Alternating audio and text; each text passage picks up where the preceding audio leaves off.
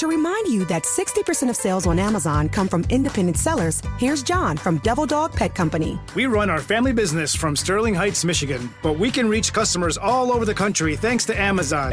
Good boy. Shop small business on Amazon. United Healthcare nurse Crystal checked in on a patient. We do a routine call after surgery, and I could tell in her voice that she was struggling. Crystal knew she needed help. I knew that this is very serious. This is like septic. This is life-threatening. And she knew just what to do. And I called the hospital and said, she's coming in, here are her labs. And got her the help she needed. I see my role at United Healthcare as a life-saving role. Hear more stories like Crystal's at UHC.com. Benefits, features, and/or devices vary by plan area. Limitation and exclusions apply. Coming at you live from Auto Trader, here's New Car Energy. They're searching inventory. You can make a budget for your wallet to help you succeed. It's smarter car shopping just for you. Find your next ride at autotrader.com, powered by Auto Intelligence. And now, here's the question. Hola, bitches. Good day to you and yours. All right, the average male marathon runner, their time is 4 hours, 21 minutes and 3 seconds. That's the average for a guy. And then there's singer Harry Styles. Now, Harry, it seems, is not your average guy. Over the weekend, Harry ran in the 2025 Berlin Marathon. That's already impressive and kind of stupid. But Mr. Styles ran it in 2 hours, 59 minutes and 13 seconds. That's under 7 minutes per mile. The average dude takes over 10 minutes per mile. That is very impressive. However, it still leaves me with the same question I ask anyone who runs a marathon. Why? Just why?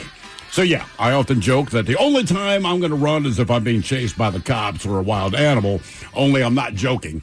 And I'm not alone. A man in Florida, he tried to outrun police in Jacksonville. He was at a disadvantage because, one, there was 3 officers, and all of them were on horseback. I believe a quote from one of the cops during the chase was, "Bro, you can't outrun a horse." And that proved to be true. After only a quarter mile, about 1,300 feet, he finally gave up. Now, on the other hand, when it comes to running from animals, I think we can all understand the situation, but sometimes you think you might be safe. We take a visitor in Thailand. He was taking pictures of the wild elephants, and keep in mind, he wasn't alone. There were dozens of tourists doing the same thing. Unfortunately, he used his camera's flash, which spooked an elephant, and then it charged the guy. And yeah, the guy took off running. And just like in a movie, he tripped and fell. But the craziest part of the story is how it ended, and we'll share that with you coming up. But first, today we want to talk about your running stories. Now, look, people run for different reasons, okay? The last couple of times I ran, I was strictly in a panic. I did run cross country for a little while in the 1 year of college I was in, just for something to do. Miles, you've run, what, half marathon? Yeah. Have you done a full marathon? Seven halves. You've done 7 half marathons? Yes. Miles just does it to have fun and watch his nipples bleed. And almost poop myself. Yeah, and almost poop himself. Look, there's a million different reasons you run. We've all run from cops. We've run from animals, run from your parents, you name it. But today, that's what our question is all about. Our question, brought to you by our friends at Advanced Hair Restoration, is, what's the memorable reason that you were running? Be a part of the big show. Call 206-803-ROCK. Like the Men's Room on Facebook. Follow us on X and Instagram at Men's Room Live. Send emails to the Men's Room at KISW.com. And now, watch the show live on YouTube at KISW Rock. In communities across the country, hourly Amazon employees earn an average of over $23 an hour, with opportunities to grow their career and their paycheck. Learn more at aboutamazon.com. Heather is a nurse practitioner from United Healthcare. We meet patients wherever they live. During a house call, she found Jack had an issue. Jack's blood pressure was dangerously high. It was 217 over 110. So they got Jack to the hospital and got him the help he needed. He had had a stent placed in his heart, preventing a massive heart attack. If it wasn't for my guardian angel, I wouldn't be here. Hear more stories like Jack's at UnitedHealthcare.com. Benefits, features, and/or devices vary by plan, area, limitation, and exclusions apply. You're tuned into Auto Intelligence, live from Auto Trader, where data, tools, and your preferences sync to make your car shopping smooth. They're searching inventory. Oh, yeah. They find what you need. They're gonna find it. You can make a budget for your wallet to help you succeed. Pricing's precise and true. So true. It's smarter car shopping. Ooh. Just for you. Oh, it's just for you. Find your next ride at autotrader.com. Powered by Auto Intelligence. This episode is brought to you by Progressive Insurance. Whether you love true crime or comedy, celebrity interviews or news, you call the shots on what's in your podcast queue. And guess what? Now you can call them on your auto insurance too with the Name Your Price tool from Progressive. It works just the way it sounds. You tell Progressive how much you want to pay for car insurance, and they'll show you coverage options that fit your budget.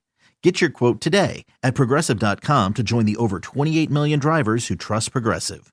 Progressive Casualty Insurance Company and Affiliates.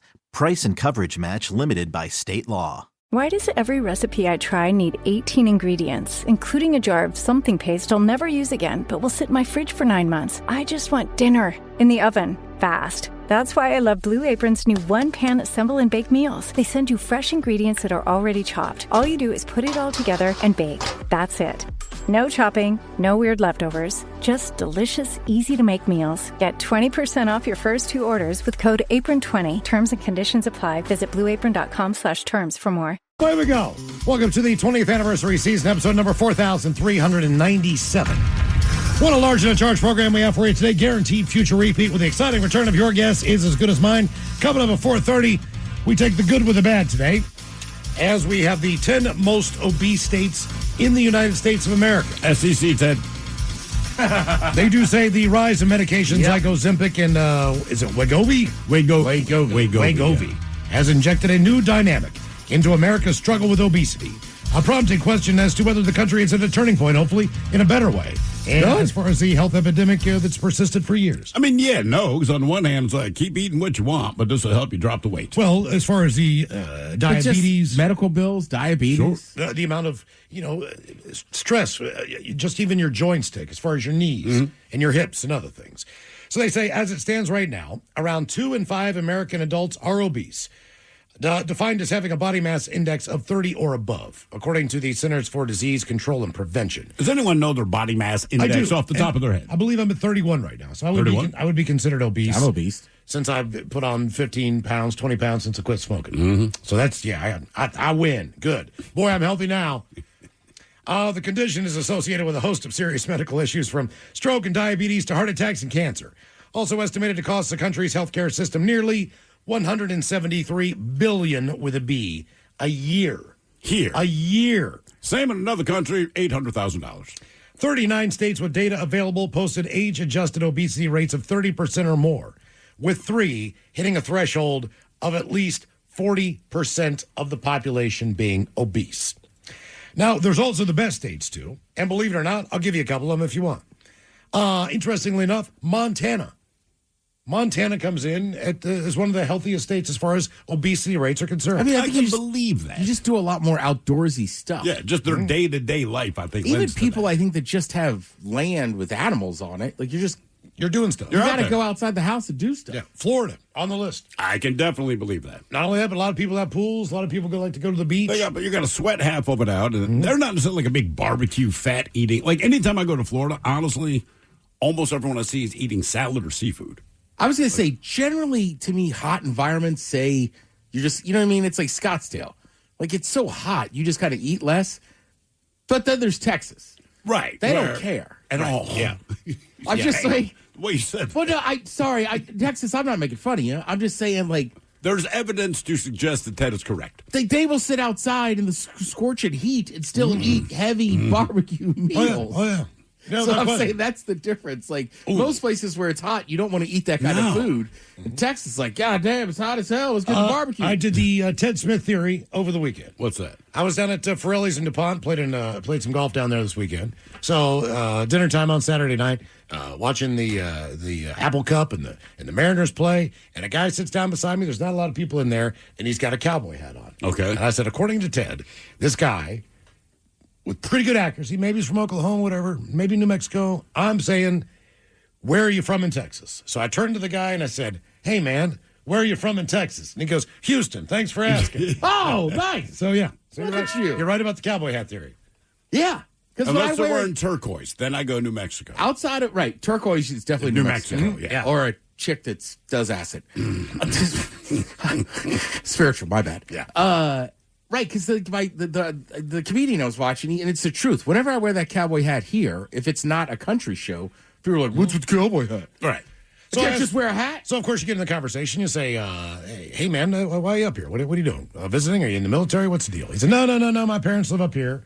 They have long since retired, but I come up and spend a couple weeks with them and try to help them out, whatever they need, stuff done around the house, whatever they can't do themselves. I try to be here for them, and I like it up here." He's like, "Man, I tell you what, though, you guys are getting screwed over." He's like, he's an RV guy. He travels the United States of America, which leads us to our next category of the cities with the most expensive groceries. Oh, we know. So then the conversation goes to, I cannot believe how much you guys pay for everything here. He's like, do you understand it's not like that everywhere else? Yes. And I said, well, the do. people who travel do. And he said, listen, I went to I went to Hawaii with my wife. He said it was cheaper there to go to the groceries. That's brutal. Everything. Now, this was It is exceptionally brutal. And like I said, if you don't travel, you don't know. It just is what it is. Well, like we were in Delaware a couple of months ago, and all my in-laws, they mostly live in the Philly area, and they're just bitching about, like the rest of us, groceries and gas, right? And my wife and I looked at the average cost for a gallon of gas and then went to the grocery store. And essentially, we just came back and said, hey, do us a favor and shut up. Right. You have no freaking idea. We live in a wonderful part of the country. It's one of the most beautiful spots ever. Whatever. But it's overpriced. It's overpriced. I mean, that's all. Based on what we deal with in the winter and the weather and the darkness and the rain and everything else, it's overpriced. In general, it's overpriced. By leaps and bounds. So if we had perfect weather all the time, it's overpriced. Yeah. So we'll get to the category of the 10 highest places to buy groceries in the United States of America. And I'll tell you one thing, Seattle is definitely on the list. Yes. We barely eke out Manhattan and New York City. Mm-hmm. Think about that. That's where we're at. That's why DoorDash, all these things cost so much money. One of the reasons, anyway. It's ridiculous. It's unbelievable. So we're going to get into the high cost of groceries coming up as well. But your guess is as good as mine. 4:30 coming up on that. And today we're on a question. We're going to talk about running and what was the most memorable reason that you were running. Mm-hmm. Now, we know for a fact that there's 2 reasons or 3 reasons why you would run. Number 1 is for exercise. That's it. Yeah, that's the ridiculous one. Yeah. That's the one that makes no sense. Number 2 is reactionary. Yep. Now, whether you put yourself in a position where you needed to do that or situations just happen where you needed to take off running, look, that's those are the reasons you run. Yes. Now, I have been, for an example, with 2 dogs and a wife and 2 children on the Oregon coast. Now, at that point in time, it was low tide, but there was a creeper wave kind of thing in effect as far as it's a possibility. Now, typically that exists more around high tide. Right? I like your wife. Creeper wave. Yeah, creeper wave. You can have her. Is she wearing underwear? Right. But all of a sudden, I'm just some crazy water. She walking like a duck. Mm-hmm. Jump on in. Yeah. So we see this. It's like, it's us. And then this guy says, hey, man. Just up to your waist. He says, this guy says, hey, he says, the tides are turning, man. He said, you see how it's going out like that and coming back in? He said, high tide's coming in. I just want to let you guys know because the creeper waves will come in fast initially. And then when you get, close to the shore, then they're really coming in. But high tide moves in very quickly out with the creeper waves. So we're like, yeah. And all of a sudden we see this rolling one toward us. And I'm like, run! And right. It's very hard to run in sand, yes. but we needed to run, and it did come up on our ankles. I mean, even when we were running, this thing went, yes, we got wet on their ankles. Not a big deal. But the idea was, that's tasting feet. I did not know how big that wave was going to be. Yeah. And, to just take off running at the beach, like, you're terrified, your heart's beating. Like, by the end of it, we were just laughing. Keep going. Because it's just a little bitty wave. But we didn't plan on running. That was not the game plan was not to go to the beach. I mean, if I'm going to go run the beach, I got running shoes on. I'm fitted. I'm doing the fitness thing. I'm not running. You will never see me run at the beach. Like, my kid has to be drowning. And then I'd run at the beach. I don't even like to run, but much less, let's run in sand. Yeah, I'm thinking like Apollo Creed, running with Rocky Balboa as a training. But that happened to me at Discovery Park. I was down on the beach, and same thing. There's like this big kind of like old tree, right? All right. And there's like a little fort in there. You go in there and smoke a bowl, whatever. But you got to kind of walk out around this point. And same thing. Some guy to me and my buddy. Just so you know, the tide's coming in. Yeah. Yeah, whatever. I know. By the time we had to walk back there's around, a reason they tell you that. It that. was up to like our knees. We're like, God damn it. Yeah, there's a reason people tell you this. Oh, yeah. He was a local. He was just trying to give me a heads up. Hey, man, just want you to know, when that thing switches, man, these waves are going to spill pretty far out. So, because we were walking near the water, it was easier to walk when the sand's a little bit more wet. Yeah, of course. And compacted down. So we're just kind of walking on that edge there. Yeah. So we're not like, basically, snow posting through the heavy sand. Look, my aunt and uncle and I, we did it Post last hole. summer in Cape Cod, right? So it's one of those days, it's like right before Memorial Day. So there's like a thunderstorm during, that happens and then it stops. And really cool, Cape Cod is where Marconi did the first transmission across to England. So we go look at that. Governor. And there's a little trail. And same thing, as we're walking over to the trail to go to the boardwalk, there's a couple that goes, you guys need bug spray. And my uncle, who's a smart man, he is not dumb, and he just goes, yeah. What the F do they think we need bug spray for? Not halfway in, the rain had riled up all the mosquitoes and everything. yeah. But, we were on a dead sprint out of there. It was awful. Right. Like, just same thing, though. We didn't listen, and we had to run. We had to run. I was a kid, and God, just reminds me, we did these long-ass cross-country trips, and one of the times on our way to California, we stopped in Utah to see the Great Salt Lake. My brother and I did not care. They just explained what it was, so we had some passive interest. Anyway, we get out of the car, and when we're walking toward, like, this beachy part, it looked like the sand got up in unison, moved about 10 feet over, and landed again. And we're like, that's really weird. Well, it turns out they're sand fleas, I believe is what they are. Oh, God. But we don't know, man. But now we're standing on the water, and we keep, we realize we're getting bitten, and we realize that this weird dust that we saw are just these hordes of sand fleas. And I just heard my father screaming, run! Now, like, we weren't in any danger or anything like that, but it's like, just run. So the whole family's doing this full sprint back to the car. I remember he's screaming and cussing and stomping his feet because he doesn't want any sand fleas in the car. I mean, there's like a billion of them in the car with us. Like, we can't outrun them. I can't explain it, but as slow as those things move, once you take off running, they can match your speed. That's what we discovered. Yeah. Sand fleas. Fast. Ding Dong Ditch when I was a kid. Oh, yeah. That was something that you always ended up running. But that was fun. And at that point in time. And you did it on purpose. You knew you were going to run. It was harmless. We didn't do it after midnight. Right. We normally stuck between like 10 and midnight, somewhere in there, because that's when we'd sneak out on the weekend. We used to do it during the day. But, yeah, I mean, anytime. Well, I can't say any time's a good time, but up until midnight, anytime from there. Good time to play Ding Dong Ditch. I was working in a radio station in Baltimore, and we had an event at a place called Bowhager's, which was an indoor-outdoor venue. Mm-hmm. I want to say that was probably at the time when Survivor first started airing. What's that, 25 years ago? Something like that? Yeah, It's been on TV that show, long. yeah. So we had an event there.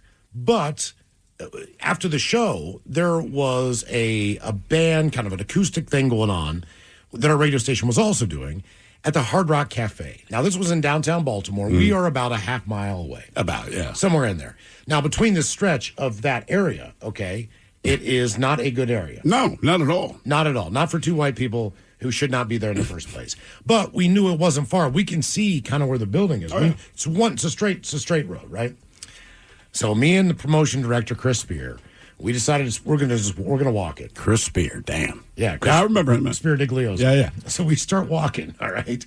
We start walking down this road, and all of a sudden there's two guys behind us who turn the corner, and they've got their hoods up, and they've got, they're dark figures as far as not being able to see them. They're ducking in and out of places, but every time we turn around, they're in a different location. Yeah. They're across the street, they're behind us, we're like, oh, God. Yeah, they're scoping your ass out. Now, Chris lived down near Patterson Park, which was down in the city. So he knew that way. It wasn't too close to there, but close enough. Close enough. And he's like, we need to run now. Mm-hmm. And I'm telling you, by the time, and we just took that. I mean, we ran as fast as we could. And we were in much better shape than I am now. But it's still smoking and everything else. And we turned around, nobody's there. Once they take off running, they're not going to give chase. We turned around. There's no one there.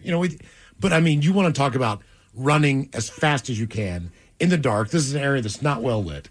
By the time we got to where we were going, we were both like, Remember I told you me and Leon got shot at? Yeah.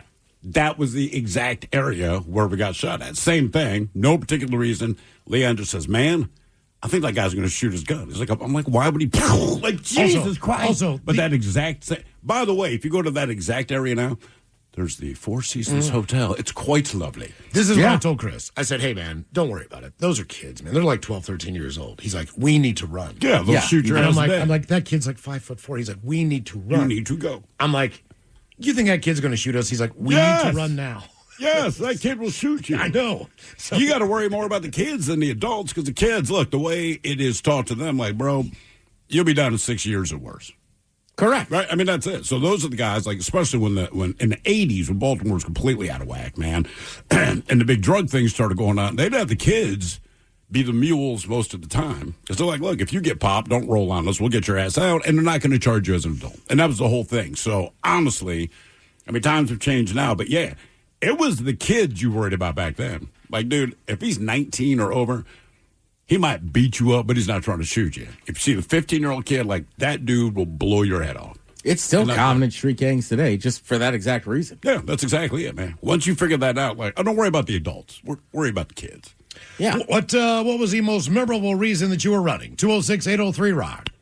Hello, Aaron. Welcome to the men's room. Hola. Hola. I love you guys, man. I listen to you every day. Oh, thank you, man. Appreciate that. I've called in a few times, but I heard this one and I had to call in. Me and my brother, it was back in the late 90s.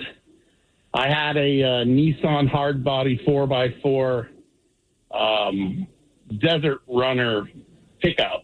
All right. And me and my brother decided to drive from Seattle down to Baja, California, and trace the Baja 1000, all the way to the tip of Cabo.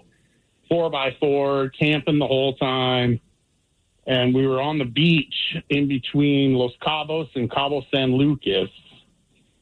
Shout out to my brother Ryan if he's listening. And we found this awesome place to camp.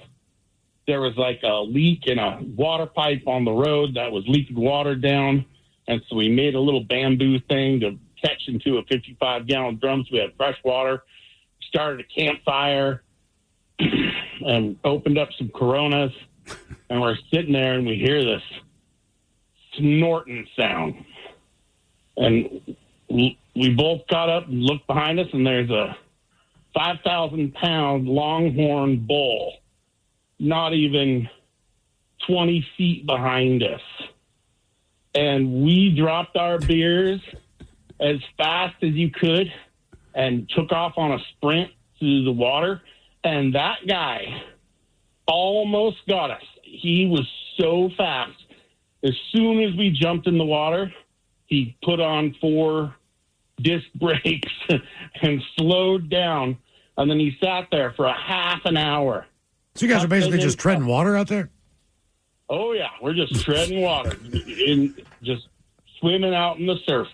And he, for at least a half an hour, he sat there and huffed and puffed back and forth until the sun started to go down. Then he walked right up to our camp and he knocked our fire out. And we had soup on a thing over the stove, busted the whole thing down, put a horn through the side of my Nissan pickup. Drank my beer, called my wife. Had sex with her. He did wear a condom. Everything. He was pissed. What did you guys do? I mean, you were just in his territory, I guess? Yeah, you just little wild steer just cruise up and down the coast in Baja. They're everywhere. There's no fences or anything. And we figured it out later. He knew where that water was getting. It was a water line between Los Cabos and Cabo San Lucas. And so he knew that the water was leaking right there, and it was fresh water. And so he was coming after the water. Okay. Okay. Right. That explains it. Don't take a bull's water. What was the most memorable reason that you were running? 206-803-ROCK. To remind you that 60% of sales on Amazon come from independent sellers, here's John from Devil Dog Pet Company. We run our family business from Sterling Heights, Michigan, but we can reach customers all over the country thanks to Amazon. Good boy. Shop small business on Amazon.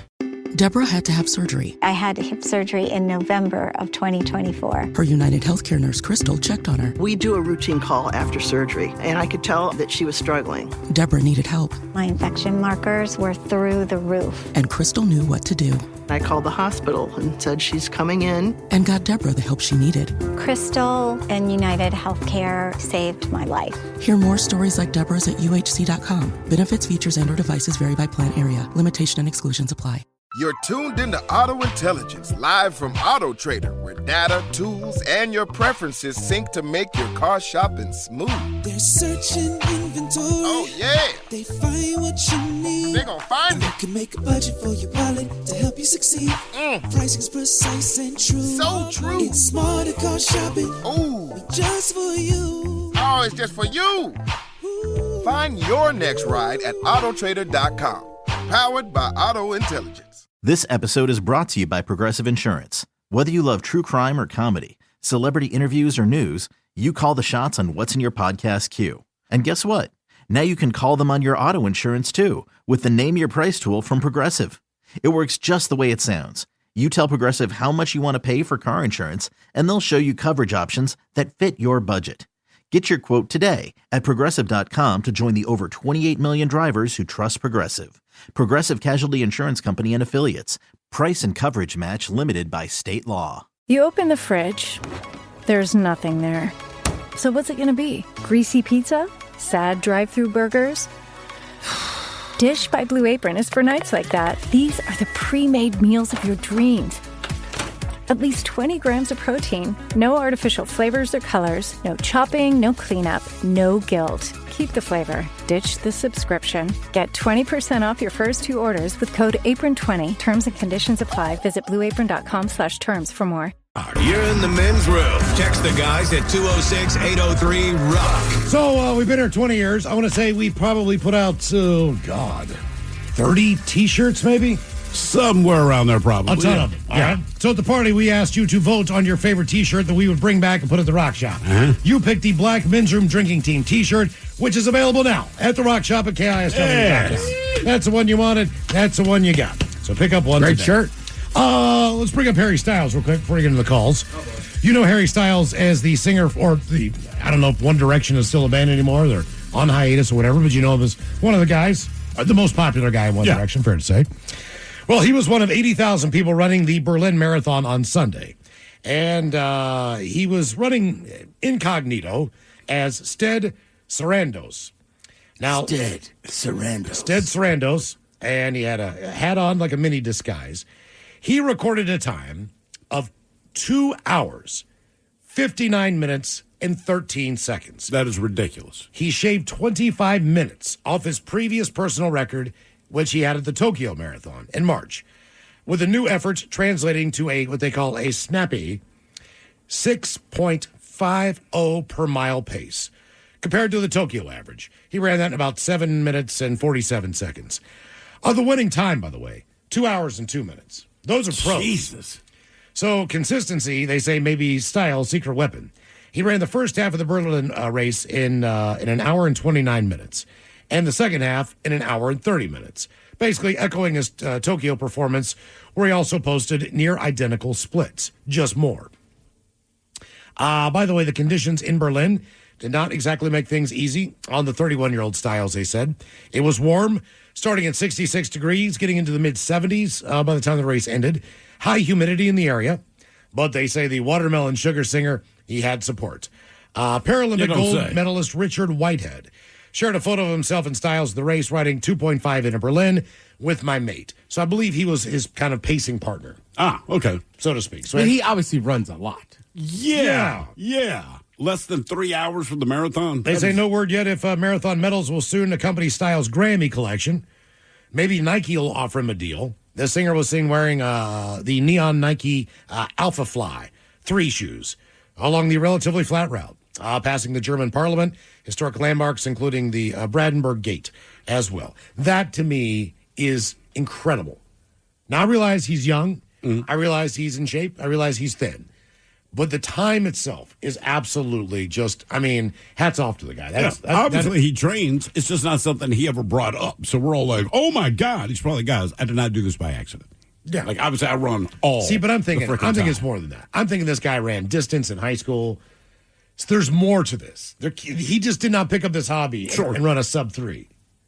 I mean, he was pretty young when One Direction started. Mm-hmm. Also, doing what they do on stage, you have to be fit. Sure. I mean, they dance Correct. the entire time. You got to be on. I understand all of those things. I'm still impressed by the time. Yeah. That's crazy.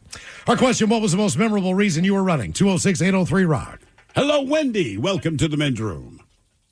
Well, hello. Hola. Hola. Voila. So why were you running?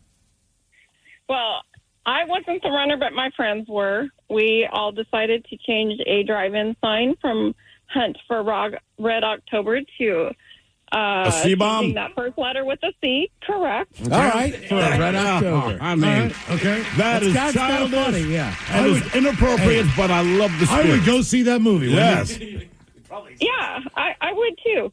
And so the Also, and- can I say something else?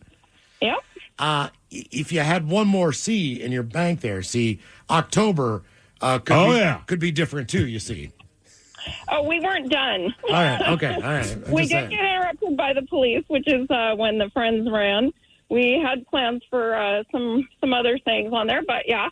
And then as they ran off, the cop, of course, came, and I had the H in my hand, and I guess back then the scanners, the local newspapers would also go where the police were, so I had a photographer there as well from the local newspaper, and it was quite the memory. What was your parents' response to this, being that you got all this additional press?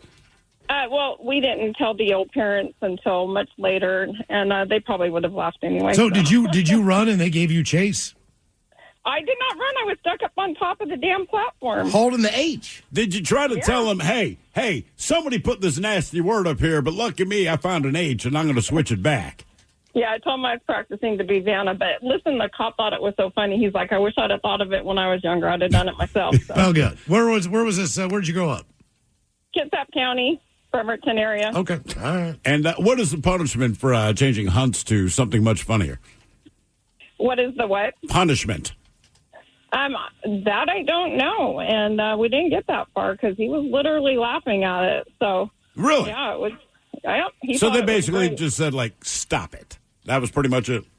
He didn't even say that. He just literally thought if he'd have done it himself, if he would have thought about it when he was young. So it was a pretty fun experience, all in all. Did you ever get to see that movie? Later in my life. I would just say that actually is a very good movie. It is a good if you ever movie, get yes. a chance to watch it, I know you were younger then, but I was watching part of it the other day. Of course you were. Yeah. It was on. I was like, it's one of those movies where it's kind of hard not to watch when it's on. Yeah. Plus, I'm a sucker for Tom Clancy. What was Sean Connery? What was the most memorable? And a young Alec Baldwin. I mean, Tom Clancy's one of the few authors that I'll read. Just take the time to actually read his book. Correct. Yeah. For fun. It's almost like he should be an author or something. Mm-hmm. Yeah, I mean, why else would he's you read got a it book? up. Why else would you read a book? No, I know what you're saying, but just for instruction. Well, yeah. I mean, look, I'll be dead honest. In my adult life, I probably read 5 or 6 books total that weren't high school related. Yeah. So, yeah, I'm just saying, like, Clear and Present Danger. Like, I saw the movie. I was like, I'm going to read the book. There you go. What was the most memorable reason you were running? 206-803-ROCK. Why are you running? Why are you running? What is that from? That's a meme that's gone around. I have no idea what it's from, but there's some TV show or movie or something like that where it's this gal's like halfway running, this dude gets out of the car. Why are you running? Look. Why are you running? Look, it's a fair question. If we stepped outside and someone was running full sprint, not in running gear, down the street, like sprinting, we're like, what just happened? That's like, why is that guy running? But even then, like, if you rob a bank, right, and you don't have a getaway vehicle, rob it as a jogger, because if you run by the cops, but you look like you're a runner, I don't say anything. Now, dressed as I am right now, if I went sprinting down the street, I would get stopped. Wasn't there someone who basically told a cop that he was jogging because he was out there jogging? He was running from the cops, but he didn't. Oh, but he told the cops that he's jogging. But they just assume he's like, dude, I'm just jogging. They're like, okay, man, no problem. Huh? Oh yeah, that actually happened. I can't remember what that guy did, but that was his getaway. But he did actually do something. He actually did. I don't know if he did it intentionally or he was dressed that way. Yeah. I mean, I also think sometimes you just see other people running, you start running. It depends. If it's a panicked run, maybe. It depends how many people are running. All right. If I walk out on the street, one person runs by, and obviously it's kind of up to no good. Someone is chasing him, or he has an emergency. Right? If 40 people are running full tilt, I might just follow suit and run with them. Right, because you just know there's something bad about it. If you're like walking into a grocery store, there's just And people, everyone's everybody's running out. Yeah. You're like, I'm not going in. I'm going to leave. If one person's running out, you're like, shoplifter. Trip them. Actually, the last time I went to a full sprint, we were in the car. My wife and I are in the car. It is rush hour traffic. We just finished the show, and we get a text from my daughter. And all the text says is, help. And I don't care who you are as a parent, this is now a nightmare scenario. So I'm trying to call her back. She's not answering the phone. Both of us are texting her back. There's no response. So I'm freaking out in the car. Traffic is what traffic is. So we get close to my exit. And I live close enough to the exit. It's close. But just the way traffic was, I'm like, I'm jumping out of the effing car here, run up I-5, cut through these bushes, hop a fence, and I sprint all the way home. I'm a smoker, and I'm old. It's maybe 7 years ago, right? So my daughter's about 8 years old. And again, all it says is help. I run into the house. My adrenaline's going. I find my daughter, and she's sitting at the dining room table eating Oreos. And I'm like, oh, my God, are you okay? She's like, yeah, what's up? I'm like, you sent me a text that said help. She's like, oh, I needed help opening the Oreos. Yep. Wow. I stared at her for like 5 seconds, and I said, listen to me. Jeez, One, you're freaking me out. Wait until we effing get home. Clearly, we are not here to help you open a pack of effing Oreos, okay? And she doesn't understand why I'm so upset. And I said, when you send us a text that says help, when we text your ass back, you make sure you text us back if it's about opening the Oreos. She's like, well, I didn't need to text you back because I got the Oreos open. I'm like, you're missing my entire point. That's right. I understand that you succeeded at your goal. I'm like, baby, if you ever send the word help, and then there's an all clear, everything is good, you need to let us know. And then she's like, why are you out of breath? I'm like, I just went from the freeway and jumped over a fence to get home because I thought you needed help. And, of course, my daughter being my daughter. Well, I did, but I got the Oreos open. I'm like, you're missing all of this. You're missing the whole freaking point. Here's the story I was telling you about. Convicted murderer able to sweet-talk his way past a police officer out of breaking out of prison. Murderer? Yeah. Richard Lee McNair, imprisoned after murdering one man and shooting a second man 4 times during a botched robbery. This is back in 1987. McNair was sentenced to 2 life sentences for murder, attempted murder, in addition to a 30-year prison sentence for burglary. Now, following his incarceration, he became known for his ability to escape and elude capture. The first escape took place in 1988, and he used lip balm as a lubricant to squeeze out of his handcuffs. The second came 4 years later in 1992, when the Oklahoma-born convict crawled out of prison through a ventilation duct. He subsequently dyed his hair blonde and almost evaded a capture for a year, but he was apprehended in New York after 10 months. His most infamous escape happened 14 years later, in which an interaction he had with police officers during the time was captured on a cop car dash cam. He was able to convince the officer he was simply out for a jog, despite the policeman being aware that there had been a prison escape in the local area. Come on, man. So he acted like a jogger, Come on. and the police went, okay. Yeah, I heard about that too. They have video of it, and they let his ass go. He was eventually caught again. All right. What was the most memorable reason you were running? 206-803-ROCK. Hello, Jay. Welcome to the men's room. Hola, bichola. Hola. So I was new to the California area, moved from New York. Was dating this girl. I was about 17. Got invited over her house. They were having a little party, and her parents were supposedly away for the night. Well, I didn't know if her parents were actually in their bedroom. Me and her were smoking a little weed, drinking a little bit. We were naked in the hot tub out back, kind of scooted away from everybody. We're having a little fun. Her dad came busting through a sliding glass window with what I only knew at the time was a giant silver pistol. Oh. I bolted up out of the hot tub as quick as possible, hopped the fence. He gave chase to me. It was about 2 or 3 blocks before he stopped chasing me, but then I was naked running around this neighborhood. Now, keep in mind, I am a pale dude. I'm powder. I'm pretty sure when I'm naked at night, I'm reflective. So it was difficult for me to hide And luckily, we had payphones still at the time, so I called a friend, had him to come out and meet me behind some building and bring some clothes of his so I could get the heck out of there. But the thing about payphones, they were still in public places.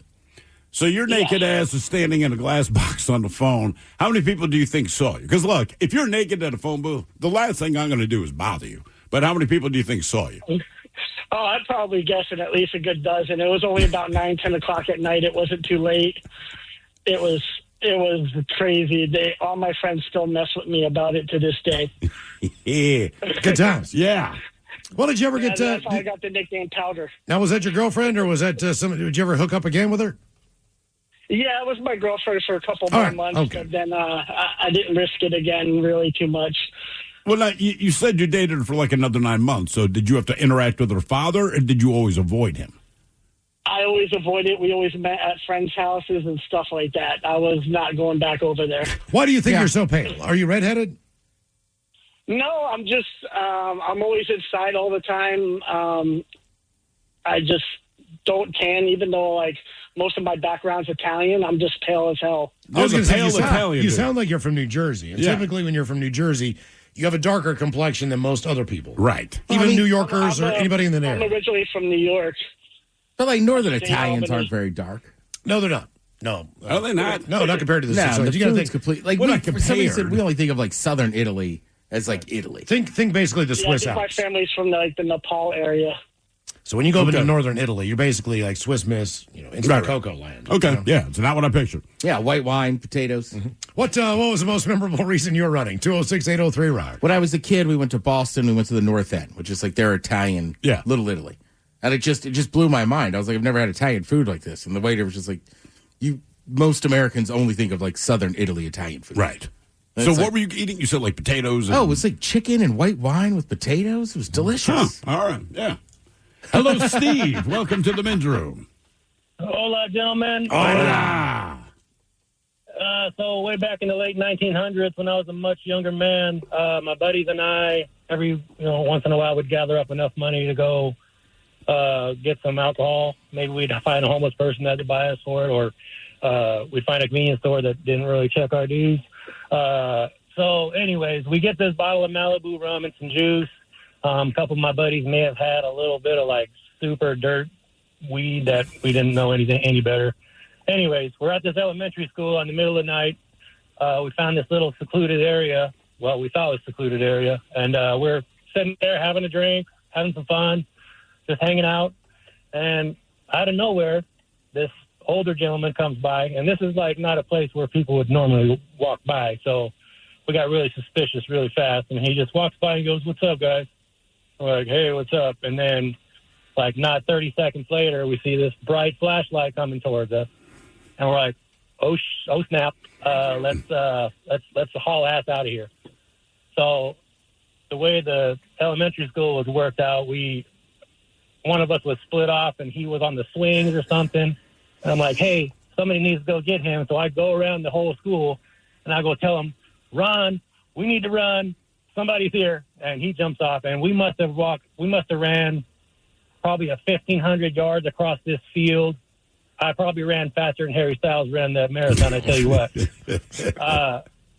And then we ended up at my buddy's house. We all escaped somehow, but we had left the car behind. After about an hour or so, my buddy and I, we go back to get the car, and we were like, "Oh, let's go to some Taco Bell." And we go get Taco Bell, and we're leaving Taco Bell, and we're getting pulled over. I'm like, oh, my God. I thought for sure we were busted. The cops must have ran the plates or something like that. Cop pulls us over, and he's, like, looking at us real suspicious. He goes, "You guys all right?" And we're like, "Yeah, we're fine, bud. What's going on?" He goes, "You're driving while your headlights on." And I cannot tell you how relieved I was that he was like, "Turn your headlights on and get the hell out of here." Yeah, my bad. Yeah, jeez, a whiz. Cool, man. What was the most memorable reason that you were running? 206-803-ROCK. In communities across the country, hourly Amazon employees earn an average of over $23 an hour, with opportunities to grow their career and their paycheck. Learn more at aboutamazon.com. Heather is a nurse practitioner from United Healthcare. We meet patients wherever they live. During a house call, she found Jack had an issue.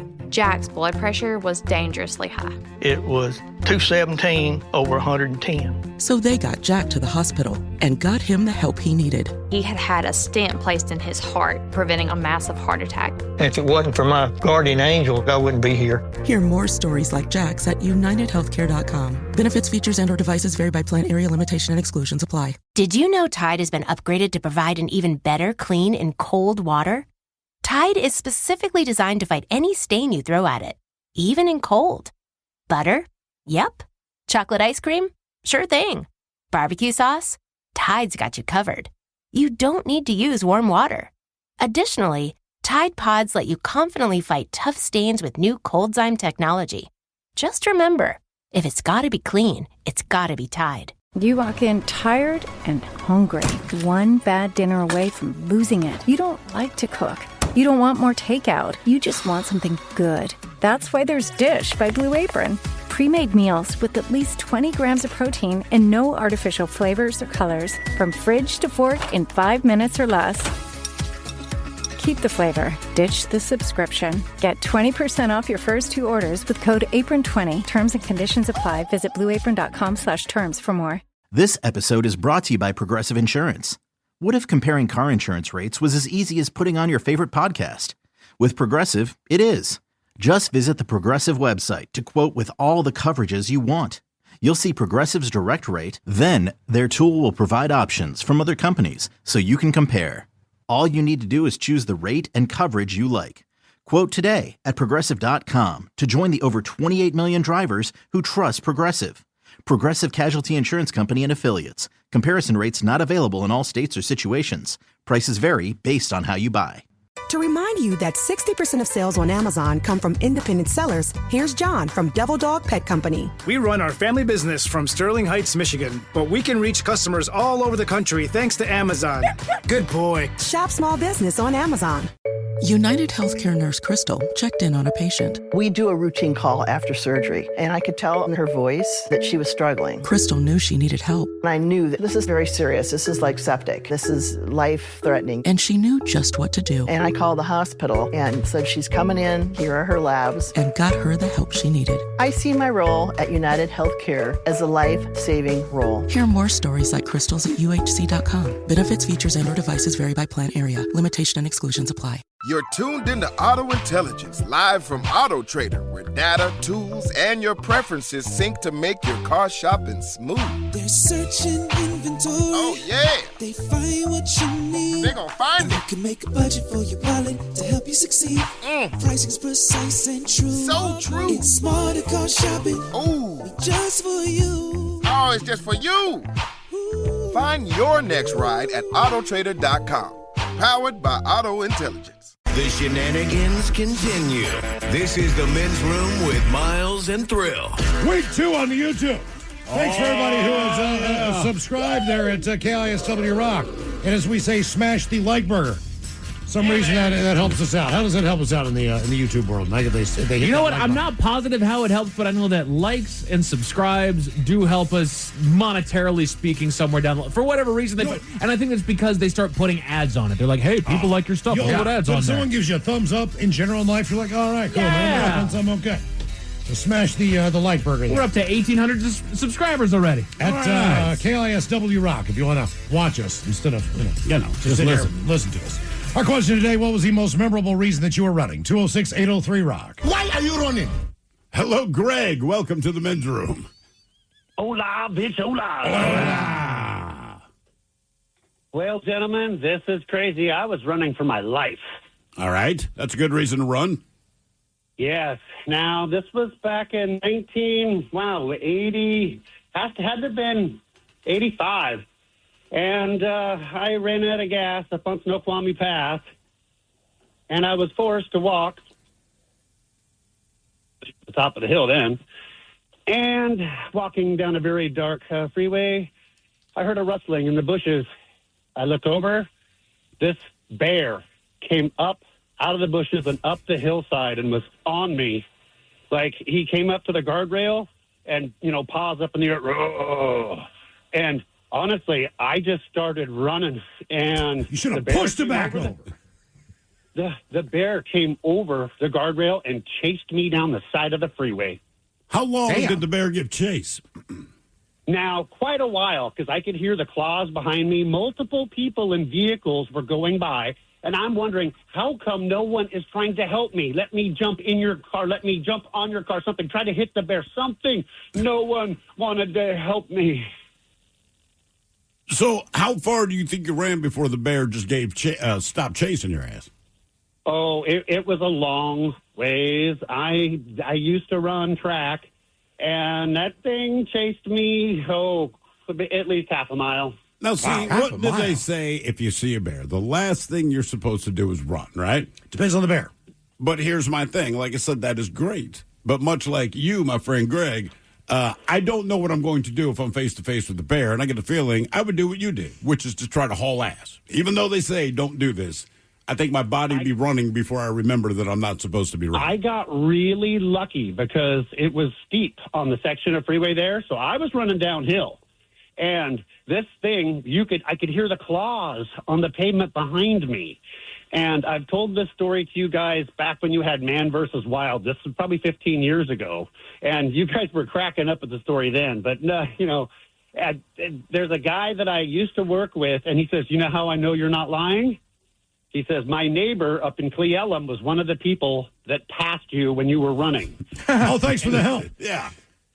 And I know. And he said that they were laughing so hard they didn't even think to help me. See there? You ran, because that's what your body said to do. They thought it was hilarious. So by the time it occurred to them that maybe they could have helped you, they're probably 5 miles down the road. Oh, yeah. All right, but let's say you see the same situation, all right? You're driving your car. There's someone hauling ass away from a bear. What do you do? What do you honestly think you do? Because you got to remember, I could slow down and ask you to jump in. But also, if the bear is running that fast, it could be that the bear closes that distance. Yeah, and now he jumps in the car with you. You and a bear in my car. Like, I'm not trying to sound insensitive, man, but it's like, brother's going to be on his own. Oh, now, if I was driving a car and I witnessed this, I'm taking that bear out, man. All right, that was going to be my question. If I veer over and just hit the bear, am I going to get in trouble? I don't think, given the circumstance, I wouldn't think so. But also, the thought is, it's definitely going to damage my car. Right? Like, do I want to go through all of this? I know it sounds you petty, can bump it on the ass and you bang. Give it a shot. You have the car to do it. Well, yeah, I mean, we definitely have the vehicle to do it, but it's still going to cause damage. It will not total my vehicle. Well, you but can it's get right up on it and just give it a push. Well, I tried to do the pit maneuver, take out his back legs, see what happens. I mean, I don't know what I would do, but yeah, I don't. You're in the car, you see the bear, someone's getting chased. I see this poor bastard getting chased. Yeah, and driving up on I think I'm taking that bear out. All right, really. Ted, we have a question. From the first caller we had, the guy down in Cabo. He's on the beach, and one of those big-ass bulls. No, Miles. What's that? I'm just answering your question for you. So let's just assume this guy's going to run into the water, right? After me. I'm out there treading water like that guy was for half an hour, trying to stay away from the bull. Yeah. But the bull's going to come in after me. It's swimming right at me, you know? I feel like I could get on his back and just take those horns and dunk his head into the water and drown his ass. Because he doesn't have the leverage now. You see what I'm saying? Is this possible? No. No? I mean, look, you're asking two different questions. Is it possible? Yes. Will that work in your favor? No. You don't think so? If I'm a betting first man, of all, you've taken a story and now the bull is swimming. He's swimming. So he comes after me and gets in the water. But say the bull, the ridiculous bull is swimming, and you have somehow gotten on its back. Yeah. I think that's the last time we see you. Because he's not going to bite me. See, he needs that. He needs those horns. He has no leverage. I mean, in theory, he could just swim out and then buck you.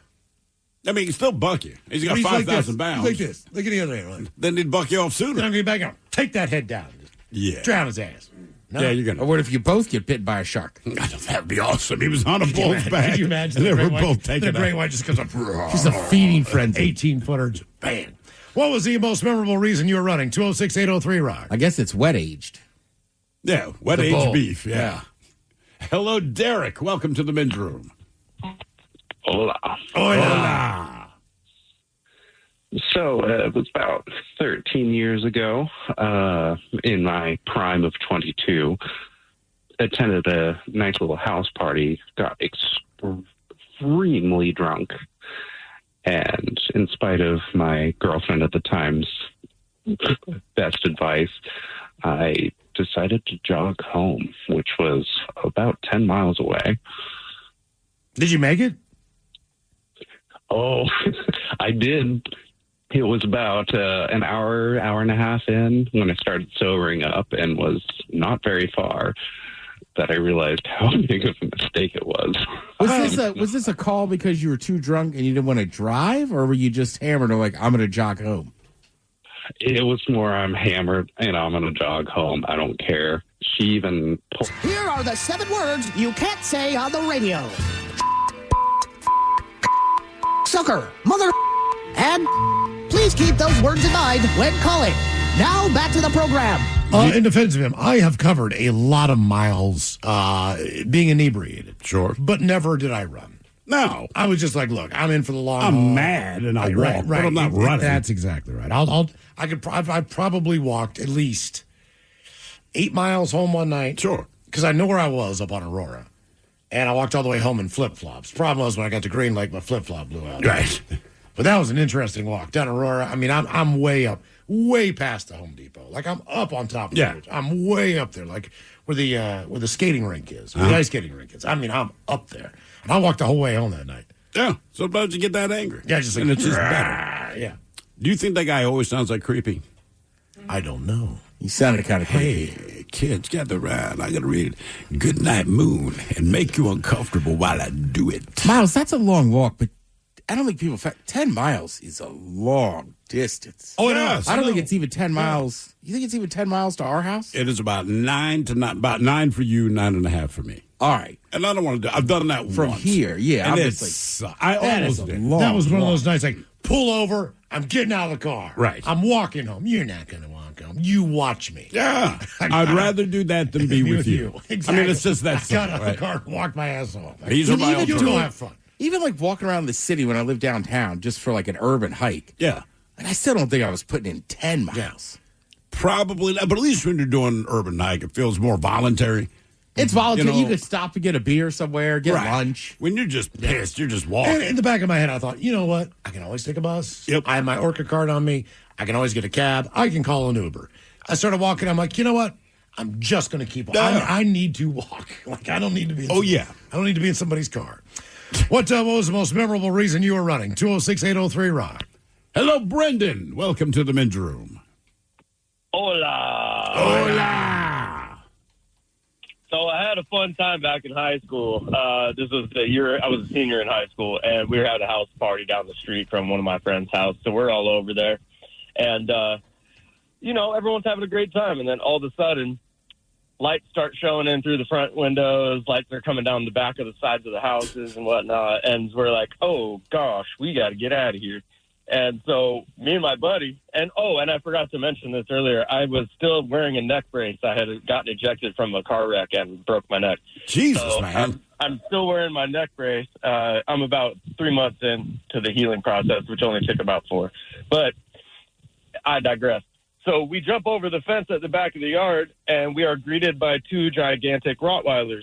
Oh. And they start charging us, and so me and my buddy go and jump over the other fence into the side of the buildings. And we end up in a gigantic blackberry patch full of brambles and whatnot. So now we're crawling through thorns. And then we realize we're in an apartment complex, and we're like, okay, great. So then we're climbing up these stairwells to hide under the stairs, and it was quite fun. And then after a while, it kind of quieted down, and so we went to go back and get my buddy's truck. And as soon as we come out of the bushes, out of the apartment complex, around the corner, the cop rolls around, and one of my buddies dives into a dirt pile from a construction site that's going on, and the cop sees, hits me with a light, and he's like, tell your buddies to come out. And I go, what buddies? And he's like, he's over the loudspeaker. He's like, I'm not stupid. I saw him. And so we all come out, and he goes, hey, just so you know, you guys are cool. You guys, I'm guessing you just came from that party. He said, go back to that party, get your car, if you got a car there, because we're about to tow every vehicle there. And we were like, all right, cool. And so then we just kind of strolled back in, and then a couple of cops at the party confronted us, and we said, "Oh no, talk to Sergeant so and so. He said he said we were good." And he's like, "All right." But yeah, no, we ran out of there so quick, and then we had to run faster because there was mean dogs. It's amazing how much faster you can run when the dog is chasing you. Oh yeah, no, that's one of those situations where you're like, I'm not sticking around to see what's going to happen, you know. And of course, there's two of them. There can't just be one Rottweiler. Never. That's not good enough. There never is. There must be two. We were playing pickup basketball. Me and my buddy Leon, two other guys, whatever. Baltimore alley, shooting hoops. There's a basketball net there, but the alley's on a bit of a slope. So every once in a while, the ball rolls off the court, rolls down this hill. No big deal. Leon would always run down, grab the ball. One time it bounces out, bounces over this fence. Leon's like, yeah, man, I got it. And he starts climbing the fence, and we just hear, there's two pit bulls and a Rottweiler. And Leon looks at them, looks at the ball, says, game over, fellas. That was it. Yep. No problem. Yep. We're like, we get it. F it. We're done. Jacksonville Sheriff's Office mounted officers chased down 25-year-old Jordan Wilson on Tuesday after he allegedly handed off illegal drugs. Officer Casey Hare, riding her horse Nash, spotted Wilson making a suspicious transaction, and along with 3 other mounted officers, began pursuit. Get that bad man, Nash. Hare can be heard encouraging her horse. Get that bad man. On body cam footage. That's what she said. Okay. Wilson attempted to flee on foot across a busy street and through parking lots. But officers warned him he wouldn't be able to escape. Bro, you're not going to be able to outrun us on a horse, Hare told the suspect. Chase lasted, believe it or not, about a quarter mile. So isn't that what they run at Emerald Downs? Quarter mile? Is that a quarter mile? Well, they have the short races where they just come down the stretch. Is that it? It's like 1,300 feet. That's it? They got the quarter mile races. Where basically they just start at that down the do stretch. Yeah. The chase lasted a quarter mile before he finally surrendered, drenched in sweat, and was taken into custody. He was charged with resisting an officer without violence and has since been released. They later posted about the pursuit on Facebook, saying, our mounted unit doesn't just horse around when it comes to crime. Ooh. You know what they did there? Department gave a special mention to Nash's fellow crime-fighting steeds, Jax, Judge, and Duke, for ensuring justice was the main MA&E priority. Wow. Sounds like they took the blinders off and got a bit of crime. Thank you, Ted. Is that what the thing in the horse's mouth is? A bit. Yeah. Yeah, just a bit of crime. Our question, what was the most memorable reason you were running? 206-803. I've got equestria jokes. All right. Everybody does. I didn't expect yours. Yeah. Well, it's a lot like a steeplechase. Wow. Hello, Robert. Welcome to the men's room. We need a stall on this call. Hola, boys. Hola. Purging stall. So I got a Northwest story for you. All right. When I was a kid, we had a place on Whidbey Island, and we would play on the beach. The neighbors got a St. Bernard puppy, and puppy was the sweetest thing. Everybody played with it. We knew the dog intimately. So we come back. Just so you know, hey, man. All right. Don't make it weird, man. So I got some peanut butter. Went on over to his house when he grew up. Yeah. So in any case, so the next summer we come back, and this dog was the size of an elephant. And to give you an idea how big it was, they got a queen-size bed for it to sleep on. Jesus. God damn. That's what I sleep in. Right, that's what I sleep in. Yeah, me too. It's like, Jesus. Sometimes with another person. We go to greet the dog, and the dog has now decided that he owns the beach, and he doesn't like us anymore. So the dog starts growling and pawing and, all of that sort of stuff. And he has a mouth that could put your head in it. So I get the idea real quick that this isn't a healthy situation. So I start running down the beach. Well, there's a long dock on the beach. And it's about, 6, 8 feet off the ground. And so I figure, okay, I'll just jump up on the dock. And that'll lose them. No problem. Nope. The dog jumps up on the dock. So this dock goes out into Puget Sound. So I'm looking, I got no other way to go. So I'm hauling ass down the dock, and the dog is right behind me. And remember, this thing is, I'm not kidding you, as big as an elephant and meaner. So I get to the end of the dock. It's kind of like, well, what are you going to do? So I look around. I figure, okay, I'll just jump in the water. That'll solve that. I jump in the water. The dog jumps in right behind me. Come on. So now I'm paddling like out to sea as fast as I could go. And I got to tell you, I played soccer in baseball as a kid. I was a healthy kid. I was hauling ass as fast as I could go. And this dog is right behind me. And I'm like, oh, what am I going to do? I mean, he's going to eat me. Well, he grabs my T-shirt, rips it off my back, turns around happy as a clam and swims off. What? And I'm out in the middle of Elliott Bay, Yeah, it was an experience. How cold were you?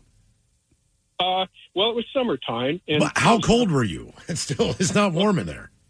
Well, to tell you the truth, I wouldn't have known the difference.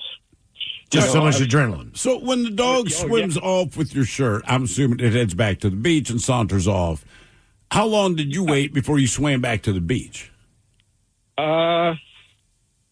Not all that terribly long. I mean, I was out there for a little while, but I could see that he'd kind of lost interest. He wanted my T-shirt.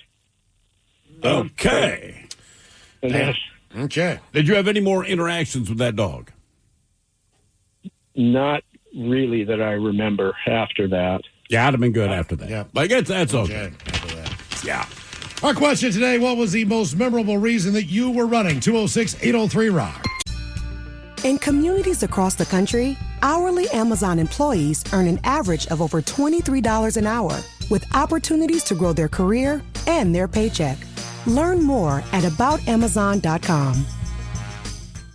United Healthcare nurse Crystal checked in on a patient. We do a routine call after surgery, and I could tell in her voice that she was struggling. Crystal knew she needed help. And I knew that this is very serious. This is like septic. This is life-threatening. And she knew just what to do. And I called the hospital and said, she's coming in. Here are her labs. And got her the help she needed. I see my role at United Healthcare as a life-saving role. Hear more stories like Crystal's at UHC.com. Benefits, features, and/or devices vary by plan area. Limitation and exclusions apply. You're tuned into Auto Intelligence, live from Auto Trader, where data, tools, and your preferences sync to make your car shopping smooth. They're searching inventory. Oh, yeah. They find what you need. They're gonna find it. You can make a budget for your wallet to help you succeed.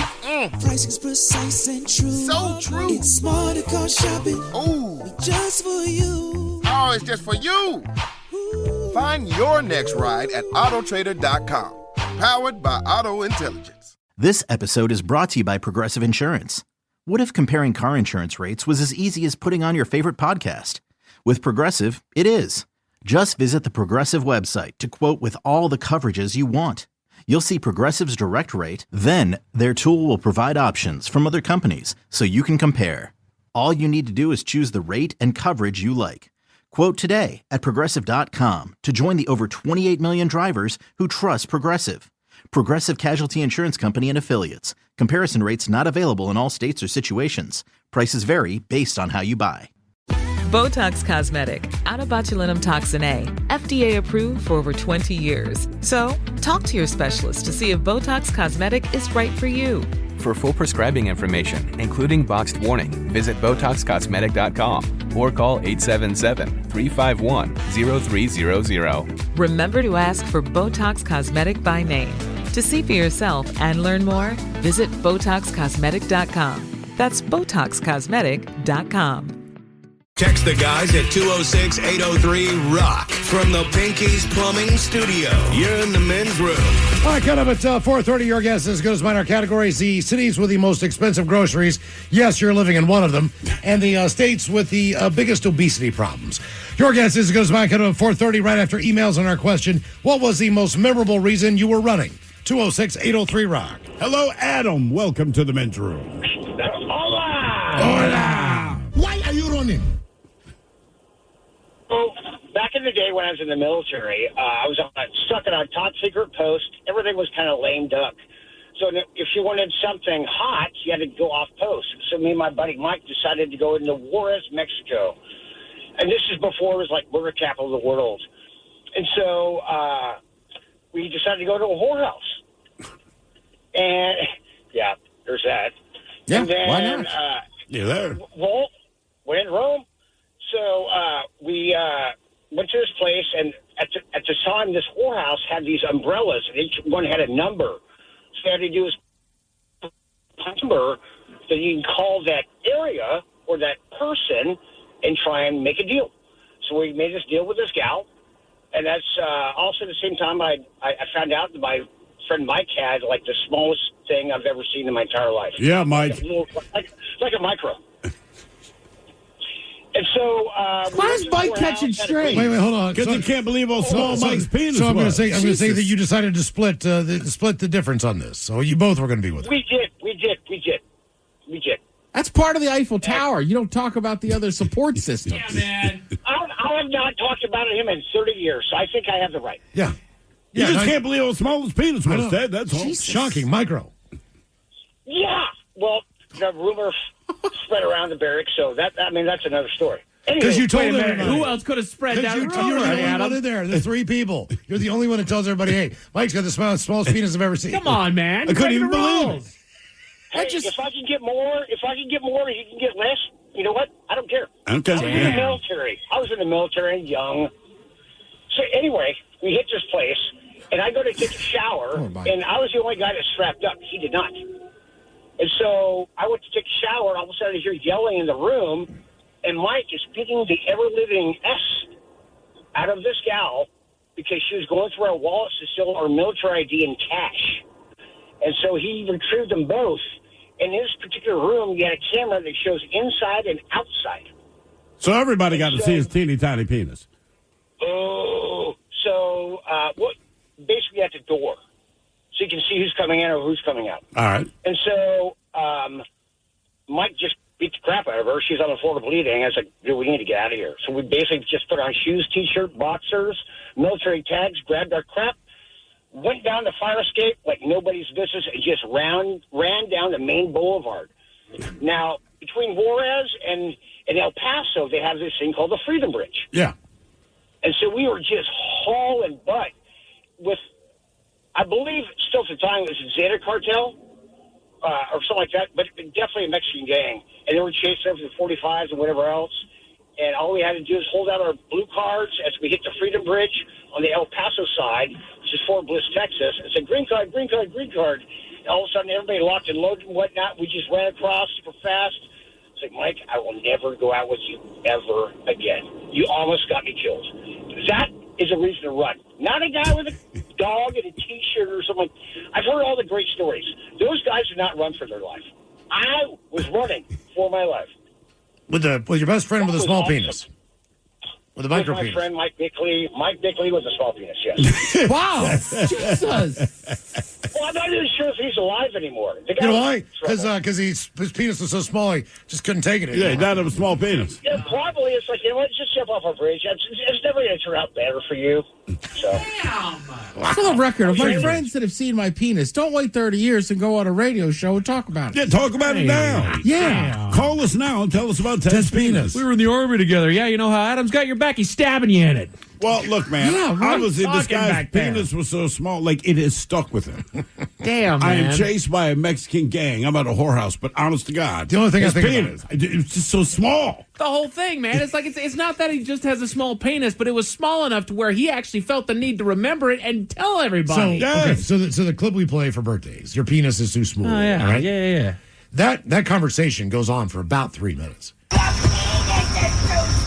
She continually says the same thing. Your penis. It's too small. For like 2 minutes screaming in the Oh, yeah. phone. She's sitting in her car. So she's like telling Edwin why she doesn't want to date him anymore. And it's because I think she was talking to his buddy Mike. I guess maybe that's where Mike is. What was the most memorable reason you were running? 206-803-ROCK. I mean, that story was insane, but I just can't get over this poor Mike guy. Because this is part of his memory. Right. Yeah. A Mexican gang. You or had- a Mexican, or a side note. His penis was just so tiny. I got to tell you. I mean, just so tiny. A similar situation happens. We go to Juarez, right? All right. From El Paso. Cross the Freedom Bridge, go to a whorehouse. Or a house of ill repute. Yes. I'm going to the whorehouse. I'm getting a girl, and I'm going to the room by myself. Right. You guys, I hope will do the same. Now, if you guys want to Love you boys. Don't wanna be there. get some kinky stuff in between you guys, that's cool too. I don't care. I'm just going, and I don't care about the size of my micro penis. It's not that. I just want to hook up with a chick. See, I do. So that's all. You care about I the care about the micropenis. size of my micro penis. I'm out. Well, that's where you should go with the other Mike. You'll look bigger. Yeah, That's right. I mean, hey, Mike, come here, buddy. maybe that's Big why Mike, he did it. Big just so- Mike, little Mike. Yeah. What was the most memorable reason you were running? 206-803 Rock. Shack up with me and the girl. There we go. Yeah.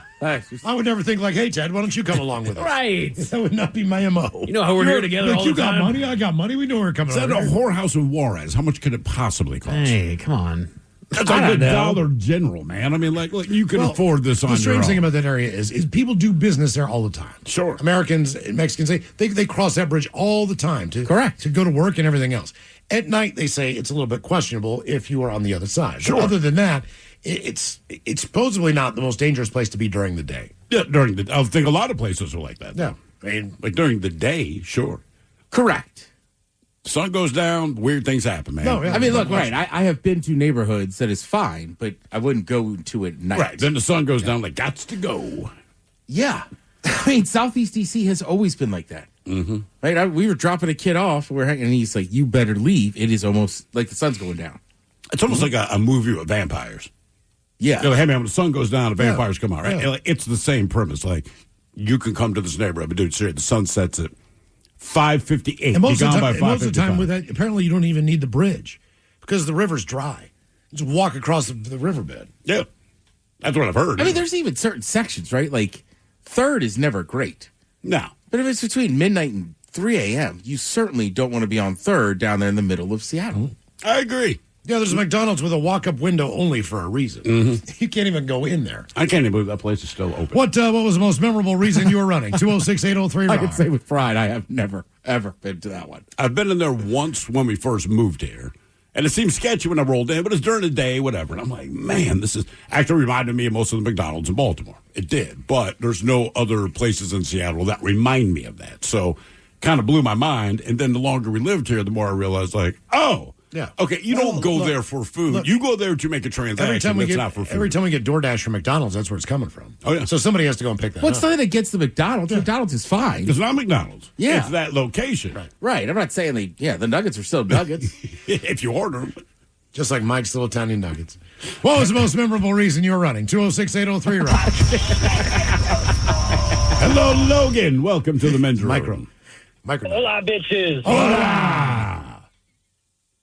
All right, so my story is a couple of my friends and I were camping up in Greenwater, and all right, we just were camping in a little pop-up trailer. Anyways, we were sitting around the campfire, and my sister was with us, and she brought up the fact of what if bears come around, and so we were drinking, and we just kind of chatting it up, saying, no, it's not going. There's no way that's going to happen, you know. And so our other buddy, he decides to go fishing in a creek, and it's pitch black, dark out, probably midnight. So I don't know why he decided to do that, but sure, he was sober. We just hear, yeah. Well, he screams at the top of his lungs like he was about to get mauled by a bear. And so we were just talking about it, and so we had it in the back of our mind. We ran faster than I think we've ever ran before, trying to get to him. And, you know, we were running into trees, falling over, you know, not sober. And by the time we get to him, he says that he just saw a raccoon. And, oh, Jesus. Well, what was your plan? Say it was a bear. Now you've shown up to help your buddy. Now what? Well, we had our guns on us. We had just had pistols. Okay. It probably wasn't the smartest thing ever, but, you know, it was just one of those things where looking back, it was just, man, I've never seen my other buddy Connor. He's a good fan of the show, but I've never seen him run faster than that night. From a raccoon. Man. Mm-hmm. Well, no, it was his brother that screamed, but he was, you know, running with us trying to get to him. But well, sure. Man, yeah. Don't scream like that from a raccoon. By the way, we're talking about micro penis. Yes, we were Mike's. It makes me think about Mike Rowe. From Dirty Jobs? Yeah. No chance. I'm not saying whether or not he has a micro penis. What I'm saying, if I went to school with a guy named Mike Rowe, his nickname would be Mike Rowe Penis. There's no doubt about it. I'm just saying there's no way he did not go through junior high or high school without people calling him Mike Rowe Penis. Mike, when we were in Baltimore, before he blew up, he would do a Sunday morning real estate show. Oh, really? He would basically just like, I'm Mike Rowe. look at these wonderful homes that are now being built in Newcastle or whatever that was, Newtown, near Newtown, near Owings Mills. Mm-hmm. And he would just go and tour homes every morning, drinking a cup of coffee. Like, that's how I knew Micro. He also did QVC. Yeah. And if you get the chance, watch it, because he's still the same person, right? He's still kind of snarky, and they just give him this garbage to sell. And I can't, was it a lava lamp or it wasn't a lava? It doesn't matter. It was something. There's some but great reels of it. He was trying to sell something, and he's doing the best he can. You can tell he doesn't want to be there. He is Mike Rowe. We just don't know him yet, but he's like, and this lovely, whatever the hell it was, blah, blah, blah, he's talking about it. And he touches it, and he's like, God damn, that's lava hot. I mean, like, he was the worst guy, but the best guy ever on QVC. What was the most memorable reason you were running? 206-803-ROCK. For the record, it is a very small percentage of men that actually have a micro penis. And a very small... How do you know that? Did you just look this I up? just Googled it. I had to find out. Well, you Okay. don't know if... Hold on. Let me guess. From a medical standpoint, that it was, in fact, a micro penis. I'm going to guess the percentage in the U.S. or worldwide. What do you got here? What are your stats? What is the definition of a micro penis? Jesus. Micropenis penis less than 2.5 centimeters, about an inch. Oh. So like an inch or smaller. Oh, an inch is like 3 Then centimeters, you'd have to have like bro. a nub. I'm going to guess 4%. 4% It's of a not micro even that penis. high. 1.5%. It's like 1%. Wow. Not only do you have a micro penis, and then but it's you're only really 1 low. to 2% of the population, they say, that are over 7. So most of us live in that mid range, even though we don't want to admit it. Right. But, yeah, micro penis. Look, if you say what percentage do you fall in, the over 7 or the under 1? The guys over 7 are like, yep, I'm in the minority, man. I got to And keep I've going. been in a decent amount of locker rooms. Yeah. I've been arrested. What did you do in this locker room? No, as far as seeing penis, get arrested. Yeah, see, Mike's reading the stats now over my shoulder. Guys, this sound horrible. So I've seen a few. Right, but like, I've seen my fair share of penis. And you could tell who's got bigger ones and smaller ones, but I don't know that anybody's was small enough that I went, God damn. I've seen that. But would you say it out loud? Yeah. You can't say it out Well, loud. when they're not, I don't want to get in trouble. When they're not excited either, you gotta leave a little room for excitement. Yeah. Right, but there still should be a certain amount present. I will say this: when I had to do the shower in jail, right? Obviously, I'm self-conscious, and let's just call it what it is. I'm the white guy, right? But I'm like, well, it's jail. I guess it doesn't matter. And I mean, one of the biggest swolled up dudes I've ever seen in my life, and he kept the little wash rag over his junk the entire shower. Why? Because it was tiny. I don't know. It had. He probably thought you were going to be a checker. Yeah. I think it had to be that tiny because he was so massive. You should have asked, bro. Excuse me, sir. Look, Was he he had like on tats. steroids or something like You that? see me? He had tats on his face. Like I wasn't about to talk to hardly course any. I talked to a couple people. Yes, no. That's about it. One of those tats say micro penis. I just Don't look down. It boggled my mind because I just assumed I'd be the guy that they'd be like, "Oh, he's got a tiny one." Then you put your hands on your hips, like, yeah. My vision of you is coming out of there like weird science. Like, the chicks can't hold their smoke. Like, that's like, like you'd have like 5 new friends. Like, that's what I've seen you talk to everybody. I cannot imagine, like coming out of there with like 4 new numbers. Right. 4 new Schmoozes blinds. his way through it. Yeah, exactly. Baltimore Central booking, and that jail was awful. That is a different story, Oh, yeah. right? Like the one guy, right? I said, "I'll trade you for your drink." You ain't eat much. I could tell you like to eat. Scared, huh? Yes. Do you want to trade? I'm thirsty. All right, fat boy. That's more of what it's like, Miles. Jesus. All right, You're fat gonna boy. degrade me, man. We're both in I here. know, right? Like, come on. Damn. Or you're in a room with 20 dudes, and then because this jail also had a jail on it, right? Not just central booking. So then the dudes that are in there, I forget the name, but like they clean stuff or whatever. So they come in, and again, at this point, there's 20-some people in this room. There might be one other white guy. Yeah, but you said he was And so hood that all the brothers would He kinda was dropping the N-word. Nobody cared. I'm not speaking. You didn't his try? brother comes in and goes, Hey, guys, let me give it a try. Hey, fellas. when he goes, brothers. Everybody turns around. Now the white man, and I didn't disagree with him about drugs and stuff, but in my head, I was like, it's like, you're the only white man. You're the only white man. Oh no, I'm gonna die. That white devil right there. There's a wolf amongst us. What was the most memorable reason you were running? 206-803. So, no, I'm a domesticated dog. Right. It's not me, fellas. And he's got a bigger penis than Swole Bro. Swole, I know, Swole Bro. That's why I was like, well, I can let my thing hang. Swole Bro's scared. See that guy over there? Small penis. You should have pointed out. Look at That him. guy right there. Put a washcloth over the entire He time. ain't got nothing. Can you imagine showering, hiding it the whole time? I'll go toe to toe with any man. Show me what you got, brother. What you got, man? Yeah. You know, teeny tiny bit. Or you'd have been surprised, like, oh, damn. Like a lasso. Yeah. It made me feel better. So honestly, I was so uncomfortable. My one little victory in jail. That's right. Big brother with a little penis. That's right. Back down, man. Like what you see, take any victory we can get. Well, here we go. Largest penis I've ever seen was a 5'3" Venezuelan dude. He walked into a shower and hung down to his knee. Oh, his height. Okay. It was shockingly large. I can still picture it. 5'3". I imagine thanks for the text. Proportions wise, yes, that looks massive. Yeah, but still. Richard Sherman's tall. Right. And still is not proportional. No. Yeah. Brother says he's got a walking stick. Looks like Gandalf with that Old damn man thing. winner. I couldn't turn my head quick enough. God, Jesus. That's a lot of penis. What's up, Sherm? That's why he played with confidence. Oh, no. Dude, the confidence. That's why he talked all that trash. That wasn't his arm up there blocking. Threw that He thing out. swatted it down with his penis. Right, it's like Indiana Jones out there. Grabbed it with one hand. The penis catch. Yeah, exactly. Part of NFL legend. Picked the ball off and ran it back. Picked off. Sherman's penis. The Sherman tip. The Sherman tip. That's the name for it. Most famous play in Seahawks history. The Sherman tip. Didn't even use the whole thing. He kept his arms by his side and everything. He caught it with his arms Well, he had to folded. land. Throw it. Oh, man. We're going to get a phone call. No. Yeah, from Richard Sherman. Like, Hey, keep it thanks, up, guys. bro. Thanks for talking. This is awesome. Thanks for talking about. Come over to my sports bar. Everything's on me. Oh, God. Hello, Alan. Welcome to the men's room. Hey, gentlemen. Afternoon. Average penis size guy. I hear you. Welcome to the club. You're like not like Mike. Other Mike.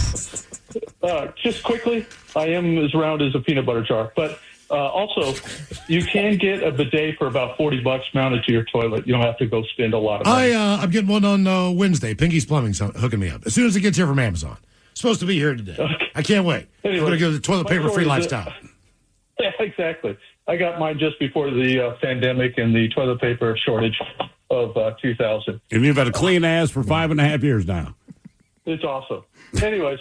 I wear my underwear twice in a row.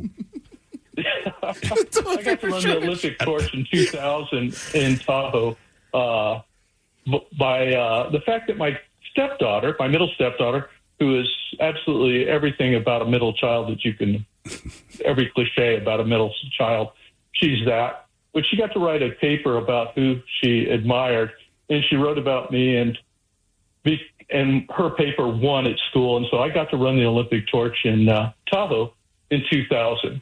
What? So that was pretty cool. Yeah, Everyone else getting chased by incredible. dogs, snorting bulls. Is it heavy? No, it's not. And the really sad part about it is, you got the torch and you want to run really fast, but you're only running a kilometer. And they've got it set for like 8 minutes for a kilometer, which is just above a walking. Well, my thing is that's just not a normal running posture with your arm above your head. I would get tired, I think. Yeah, but you get to keep the torch, which is pretty cool. It's $2,000. No way. Yeah. So it sits in my living room as kind of an honor to her, actually. Now, could you light it? I mean, what kind of fuel is it? It's a little butane cylinder inside, and you light it from the next person when you trade off. Yeah, but could you get upstairs? What we're saying, you right now. Could you go on the deck and light your grill with it? No. All right. It's a one-time thing. I'm pretty sure. Oh, really? And I'd light everything with it. Yeah, I get just like think about it this way, like just recharging a light, like a Zippo. Yeah, there's got to be some kind of fuel you can go in there. Just saying something. Hey, brother, you got to light. Like, yeah, hang on, let me get my Olympic torch. It's not like there's a on and off switch for it. It's just they do something magic about it, and they go, okay, light it, and you light it from the one that you're getting it. Receiving it, and then you do the same thing when you hand it off. Yeah. And then you're running with somebody who's a pacer that keeps telling you to slow down because you're really kind of even though it was cold and dark and a little snowy, you still have all this energy, and you're like, just slow down. You're ahead of schedule because they've got a plan for your life, and you can't run too fast or too slow. All right, have you ever heard of anyone injuring themselves, like tripping and falling Or with catching their their hair hair on fire, any of that? No, I don't think so. I'm sure it happened. Usually, we had a group of people that were, in my group that, you're running it for, only 8 minutes. So you're in a group of maybe 8 or 9 people. Okay. And you guys are going to be the group that's going to run for, 4 miles, basically. That's I'll pretty tell you cool, what, though, man. when I was up at Whistler, that was one of the coolest things. They get the rings down below in the village. Yeah. They've got them up on the mountain where the downhill happens. And both those places, I'm like, this is too much. The actual Olympic ring. Yeah, I mean, it's definitely one of It's one of those things where you stop and you go, I need a picture in front of Yes. this. This is cool. Oh, let's see here. Your guess is as good as mine. Count of the categories are groceries and obesity. And we've got your emails on the way next from the men's room at KISW.com. To remind you that 60% of sales on Amazon come from independent sellers, here's John from Devil Dog Pet Company. We run our family business from Sterling Heights, Michigan, but we can reach customers all over the country thanks to Amazon. Good boy. Shop small business on Amazon. Heather is a nurse practitioner from United Healthcare. We meet patients wherever they live. During a house call, she found Jack had an issue. Jack's blood pressure was dangerously high. It was 217 over 110. So they got Jack to the hospital and got him the help he needed. He had had a stent placed in his heart, preventing a massive heart attack. If it wasn't for my guardian angel, I wouldn't be here. Hear more stories like Jack's at UnitedHealthcare.com. Benefits, features, and/or devices vary by plan, area, limitation, and exclusions apply. There's luxury, and then there's Monogram. At Judd & Black, you can experience both. Right now, with Monogram's one for you, one for free rebate, when you purchase select premium appliances, you'll get another absolutely free. Shopping at Judd & Black, you get personalized service, expert guidance, and luxury delivered. Browse online at juddblack.com or find the best deals in our Bellingham showroom off Exit 254. Judd & Black, your hometown appliance store for over 85 years. This episode is brought to you by Progressive Insurance. Whether you love true crime or comedy, celebrity interviews or news, you call the shots on what's in your podcast queue. And guess what? Now you can call them on your auto insurance too with the Name Your Price tool from Progressive. It works just the way it sounds. You tell Progressive how much you want to pay for car insurance, and they'll show you coverage options that fit your budget. Get your quote today at Progressive.com to join the over 28 million drivers who trust Progressive. Progressive Casualty Insurance Company and Affiliates. Price and coverage match limited by state law. Presented by T-Mobile, the official wireless partner of Odyssey Sports. With an awesome network and great savings, there's never been a better time to join T-Mobile. Visit your neighborhood store to make the switch today. In communities across the country, hourly Amazon employees earn an average of over $23 an hour, with opportunities to grow their career and their paycheck. Learn more at aboutamazon.com. This episode is brought to you by Progressive Insurance. What if comparing car insurance rates was as easy as putting on your favorite podcast? With Progressive, it is. Just visit the Progressive website to quote with all the coverages you want. You'll see Progressive's direct rate, then their tool will provide options from other companies so you can compare. All you need to do is choose the rate and coverage you like. Quote today at Progressive.com to join the over 28 million drivers who trust Progressive. Progressive Casualty Insurance Company and Affiliates. Comparison rates not available in all states or situations. Prices vary based on how you buy. Coming at you live from Auto Trader, here's New Car Energy. There's searching inventory. You can make a budget for your wallet to help you succeed. It's smarter car shopping just for Find you. your next ride at autotrader.com, powered by Auto Intelligence. We return to the men's room with Miles and Thrill. Categories: the most expensive cities for groceries and the states with the highest levels of obesity. Coming up with your guess is as good as mine. But first, time for a few emails to the men's room at KISW.com. You've got One from our running question. Ola Bros, the most memorable time that I remember running was when I was doing some pruning on a tree, then getting zapped by yellow jackets. They chased me down the roads. Those bastards are mean love. That from Pangea Joe. And fast. At Pangea Gardenscapes. On to the birthdays brought to you by Men's Room Roasted Red Salsa from San Juan Salsa Company. Dip responsibly. You know what? I had some this weekend. Delicious. Did you really? It is. Yeah. It is good stuff. Guys, Javon here from Columbia Falls, Montana, wanting to wish my daughter Anna Rose a happy 8th birthday. Can we get some dirty Germans? No, you can't get the dirty Germans until the kid is 18 years old. Come on. But she's doing great at her first year homeschooling. Mom and Dad are so proud. Maybe a couple dad jokes. Thanks, guys. Let's see here. Okay, I've got some dad jokes. You guys have probably heard them, but they're suitable for an 8-year-old. For an 8-year-old, Yes. Okay. Why are peppers the best at archery? Why are peppers the best at archery? Wait, hang on. Why are peppers the best at archery? I don't know. They have an arrow. All right. Why did an old man fall down the well? Why did an old man fall down the well? Dad pushed him? No, he couldn't see that well. What did the three-legged dog say when he walked into the saloon? I don't know. I'm looking for the man who shot my paw. Come on, these are classics. What do you call an illegally parked frog? What? Toad. What did one plate say to the other? What? Dinner's on me. Tell me the dog what again? What did the three-legged dog say when he walked into the saloon? I'm looking for the man that shot my paw. All right. God damn it, I'm going to use that one. Oh, dudes, first off, how about the Mariners? I thought I would give a birthday shout-out a try. It's my 35th trip around the sun. Since my last name is Unrein, pronounced Unrein, means dirty or unclean in German. Damn. Can I get the dirty Germans advice on what to expect now that I'm halfway to 40? Thanks for all you do. That from Jacob. Yeah, stay under iron, particularly below the pounds, you know. Yeah, unless it's that fun time of the month. It was a week. It's a fact, you know how much time you have fun? Yeah, just use a bidet, but sit backwards. And all Michelle's my incredible husband, Zachary, pronounced Big Zexy, is turning 36 today. Please help me wish him a happy birthday with you, your girl, and your Johnson, and by asking Coke Ted what he thinks about Welsh Corgis. Thanks, guys. That from Avery. You, your girl, and your Johnson.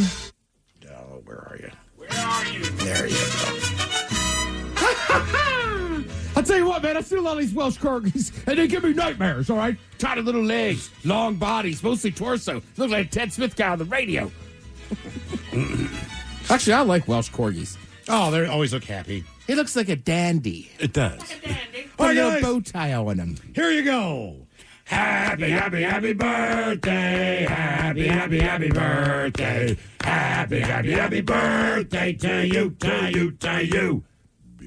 Ya's a Dirty Germans brought to you by Men's Room Original Sausage. Available through Uli's World Famous Sausage, mensroomlive.com, and other fine retailers.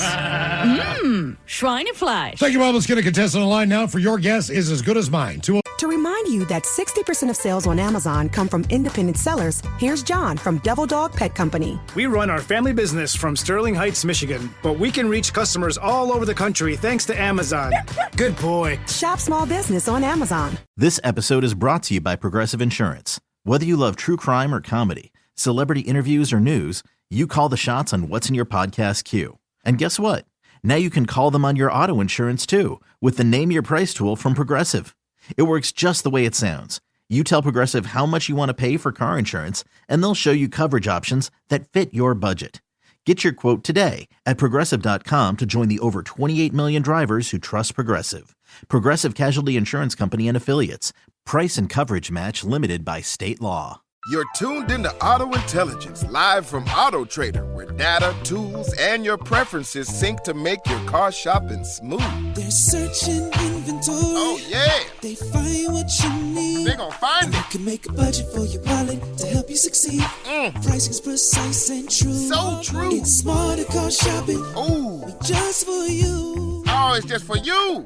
Ooh. Find your next ride at autotrader.com. Powered by Auto Intelligence. Deborah had to have surgery. I had hip surgery in November of 2024. Her United Healthcare nurse, Crystal, checked on her. We do a routine call after surgery, and I could tell that she was struggling. Deborah needed help. My infection markers were through the roof. And Crystal knew what to do. I called the hospital and said she's coming in. And got Deborah the help she needed. Crystal and United Healthcare saved my life. Hear more stories like Deborah's at UHC.com. Benefits, features, and/or devices vary by plan area. Limitation and exclusions apply. You walk in tired and hungry, one bad dinner away from losing it. You don't like to cook. You don't want more takeout. You just want something good. That's why there's Dish by Blue Apron. Pre-made meals with at least 20 grams of protein and no artificial flavors or colors. From fridge to fork in 5 minutes or less. Keep the flavor. Ditch the subscription. Get 20% off your first 2 orders with code APRON20. Terms and conditions apply. Visit blueapron.com/terms for more. 06803 Rock. In the meantime, as we get a contestant, a couple extra emails. Subject is people being not on the up and up. Dishonesty from Friday. Bachola's worked for an escort service. Guy orders 3 to 4 girls. We stayed up for about 5 hours. $300 per hour per girl. He was a regular, so he was approved to pay by checks. But he had stolen the business checks from his job and skipped out of town the next night and disappeared. None of us got paid. Thanks for the groovy rock. That from a Name Withheld. Yeah, damn. One more on being sketchy. I mean, yeah. I think that's part of the business, isn't it? Yeah. Well, boys, years ago when I started my current job as an IT support technician at a medical manufacturing company, an engineer told about an event that happened around this time. It was about a new employee that he works with. Now, at this point, he has been working with him just a few weeks. And he asked the new guy, could you take out the trash? The guy left, but never returned. So when my buddy went to go look for him, he found the trash can standing next to the dumpster. The can was full of trash, but the guy was nowhere to be found. Here's the kicker. He left his backpack, wallet full of cash, keys to his car, and house at his desk, and obviously his car. My buddy went to the address on the driver's license and found him at his home. His explanation on why he disappeared was he wasn't feeling well, and he'll pick up his stuff tomorrow, which included the automobile.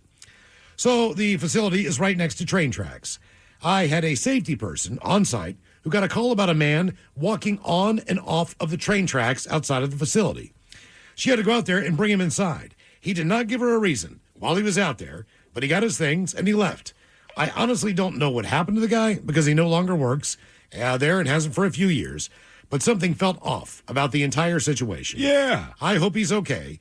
Rock on, guys, and keep doing what you're doing, and happy 20 years. That from Jesse. That's a little strange. That is a weird one. Yeah. That's when you're legitimately worried about somebody. Right. I left my keys, my wallet, my bag, my car. That's wrong. Oh. We can do this one. Happy 4th of July. Or we can do the one I meant to. Time for Your Guess is as good as mine. It's an easy game to play. We get a contestant you pick from one of 2 categories and try to get as many right in said category before 3 strikes and you're out. Steve, do we have someone ready to play Your Guess is as good as mine? We might. Do you want to grab that or no? Whoever was there dropped. That might be them calling back. I do not know. Someone to stall while Mike runs. Okay. I can't wait to tell that dog joke in my cowboy hat. Are you going to say it in that southern drawl? Oh, yeah. And I'm going to, tip my hat up and go, looking for the man to chop my paw. Three-legged dog. Three-legged dog. Oh, yeah. That's going right in the rotation, boys. Yeah. I'm going to be down in Austin for that F1 race. When is that? In October. Oh, God. I'm going to hit them all with it. Yeah. All right. I didn't realize it was that soon. It's on it before you know it. Categories today, and Your Guess is as good as mine. We have the most expensive U.S. grocery cities. All right. And we have the 10 most obese states in America. Steve, who is our contestant, ready to play the game? Hello, Christian. Welcome to the men's room. Hola. Hola. Christian, happy Rosh Hashanah. The categories today. Happy Chanukah. We have groceries and obesity. Where are you going to go? Happy Chanukah. Groceries. Groceries. All right. Christian, you know how the game works. Try to get as many right in the category before 3 strikes and you're out. Now, what we have for you is the top 10 cities in the United States that are the most expensive when it comes to grocery shopping. So I think you can guess some of these. I'll give you some clues depending on where you're going on your guesses, but these are the most expensive places where you can buy groceries. Yes, we live in one of them. So if you'd like to start out with only 9 remaining, go ahead and guess Seattle. Yeah, Seattle. Seattle is number 4. It is the least populated area that has the most expensive groceries. Least popular. Well, except for one city has less of a population, but it is geographically challenged as far as why. I can guess why. The groceries are expensive. But yes, we are getting hosed. Yeah. What's your next guess? Let's go. Is it cities or like states? We're talking cities on this category. Look, if it's me, I would guess probably New York, Honolulu, San Francisco. Those are my three. I would put like maybe Anchorage in there. I had Anchorage on my little cheat sheet here. Sacramento? Is that going to be the guess? Yeah. It is actually number 10. Oh, son of a... Damn. Yeah, what made you guess Sacramento? Because you probably lived there. No, I actually live in Washington, but I'm assuming because California, it's expensive. But that would not be the first city in California that I would guess on being expensive. But you were right. I mean, it's not legendarily expensive. Actually, it's one of the cheaper major cities in California. Oh, no way. Yeah, way. Well, you would have thought. What about Austin? Austin, Texas. Not on the list. Think major cities, Christian. New York City, San Francisco. Big cities.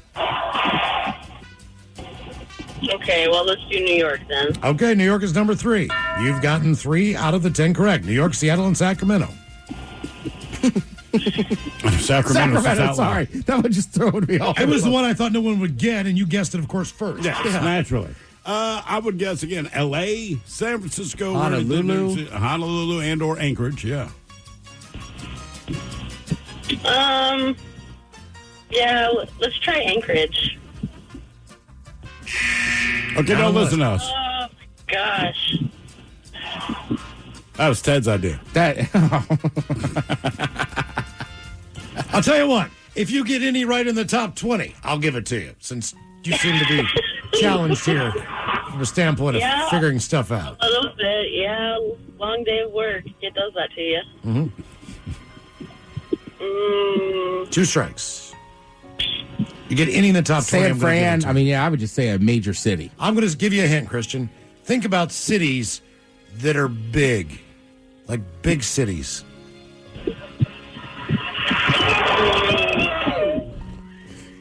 Sorry, I got a baby. Good luck to that baby. I hope it's yours. Chicago's a massive city. Definitely it's mine. San Francisco. Big cities. I feel that, baby. Did that kid just scream Chicago? Chicago, that's correct. Number 13. Thank you, kid in the back who can't speak English yet. Okay, so that's how you guess it. Major big cities. Tell him, kid. Yeah, you tell him, baby. I'm sorry. No, it's fine. He's answering the question better than you are. He's getting it. That's okay. I think he said Honolulu. Yeah? Let's go Honolulu. That is number 1. Oh, thank God, kid. All Smart kid. 1, 2, 3, 4. You've got 5 out of the 10. You have 2 strikes against you, Christian. I feel like Pittsburgh's pretty big. Pittsburgh's pretty big. It is number 9. I cannot believe you got that. What? Yes, it's got How is Pittsburgh as expensive? I don't know. Pittsburgh. I don't know. Sorry. But it's in the But top 20. she's right. The baby's right. The 2 worst guesses I've heard are Sacramento and Pittsburgh, but you're right. Yeah. Duh. I'm the idiot here. I better, man. All right, 2 strikes against you, Christian. So far, you've gotten 6 out of the 10. Think big cities now.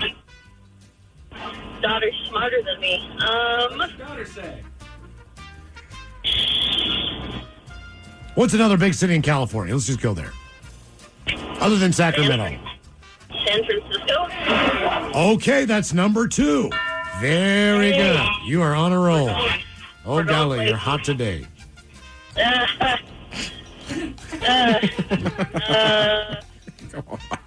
Washington, D.C. That's pretty big. That's number 7. Good Thank call. you. Very good. All right. I like the way you're thinking now. Hey. Now, when you're in the Bay Area and you're in San Francisco, what's the most expensive place to live in that area? It's another city. Got a big tech thing going on. Oof. I don't know California very well. Most expensive real estate's in that area, other than Monterey. I I wonder, did I say LA already? You have not said Los Angeles. I'm going to go with LA. All right, Los Angeles is number 11. I'm going to give that to you. Oh, okay. All right, so you only need to get one more. Just one more city. Anywhere you want to be. Let's see. What about, I know I said New York, but what about, like, New York? Like, that's a big area. Like the entire state or the city? You guessed the city. New York, we just assumed you meant the city, which you got right. I mean, maybe Boston, maybe Philly. They're big. They're close. Yeah, let's do that one. Which one? Philly. Okay, number 8. You are good to go there, Christian. Congratulations. I gave you 10 out of 20. Oh, she already got 10? Well, yes, absolutely. But guess what we're going to do here? Yay. Can you guys guess the remaining top 10? So we're missing 5 and 6. Missing 5 and 6 on the list. San Francisco. San Francisco's already been guessed. That's number 2. My bad. Come on, Mike. Beverly Hills. But you're in the same area I gave her all the clues for. Right. What else is there? The other big city. I don't know. Chicago. San Jose. Did we say Chicago? Chicago, she got a 13, yes. Is it San Jose? It is San Jose, number 6. Good job, Steve. Damn. Okay. And northeast-wise, it's always been an expensive city. Boston. There you go. Boston. So the top 10 most expensive cities for groceries. Sacramento, California, number 10. That was a miracle, Christian. Pittsburgh, Pennsylvania, 9. Another miracle. Followed by Philly at 8. 7 is D.C. San Jose at 6. Boston 5. Seattle 4. New York 3. San Francisco 2. Honolulu is number 1. And based on some of her guesses, in spite of getting them right with Pittsburgh and Sacramento, some of the other suggestions were Minot, North Dakota, Hump Tulips, and Yelm. Okay. So, like, why not? Just so you know, the 20th most expensive is Raleigh, North Carolina. Really? Miami is 19 on the list. 18. The 18th most expensive city to buy groceries in the United States is Spokane, Washington. What? Damn. There's got to be something with the state's taxes. Yes. Yeah, A lot of it has to do with state what taxes. in the hell is going on? Anyway. We'll drink and toast with the shot of the day at 5:08. You are listening to The Men's Room.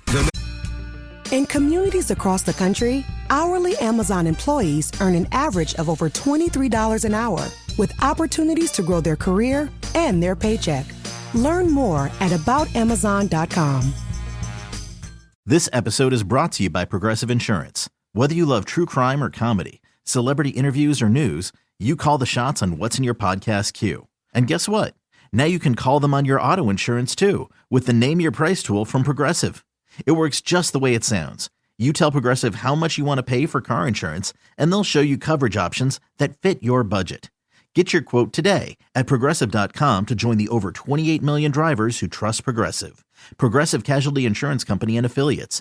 Price and coverage match limited by state law. Coming at you live from Auto Trader, here's New Car Energy. They're searching inventory. You can make a budget for your wallet to help you succeed. It's smarter car shopping just for Find you. your next ride at autotrader.com, powered by Auto Intelligence. You walk in tired and hungry, one bad dinner away from losing it. You don't like to cook. You don't want more takeout. You just want something good. That's why there's Dish by Blue Apron. Pre-made meals with at least 20 grams of protein and no artificial flavors or colors. From fridge to fork in 5 minutes or less. Keep the flavor. Ditch the subscription. Get 20% off your first 2 orders with code APRON20. Terms and conditions apply. Visit blueapron.com/terms for more. Deborah had to have surgery. I had hip surgery in November of 2024. Her United Healthcare nurse, Crystal, checked on her. We do a routine call after surgery, and I could tell that she was struggling. Deborah needed help. My infection markers were through the roof. And Crystal knew what to do. I called the hospital and said she's coming in. And got Deborah the help she needed. Crystal and United Healthcare saved my life. Hear more stories like Deborah's at UHC.com. Benefits, features, and/or devices vary by plan area. Limitation and exclusions apply. Men's Room returns with Miles and Thrill. Get up here until 5:08. We'll drink and toast with a shot of the day. And we do have your headlines on the way at 5:50.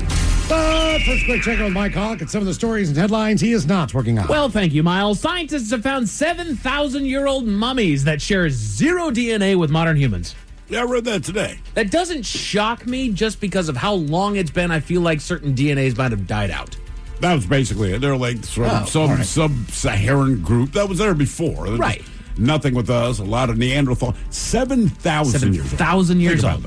God damn, man. A lot can happen in 7,000 years. Yeah, like a whole new strain of human. Exactly. Still, I mean, look, I'm not the science guy, but it still seems like I should share some DNA with that mummy. That's why they find it's unbelievable. All right. You know? Mm-hmm. They're just like, Jesus, man. And there's like, I don't know. There's some other group they studied, like there's some similarities, but it's not exactly the same. But that's... Sure. That is crazy. Yeah. This thing 7,000 years ago, like, oh, no, there were people.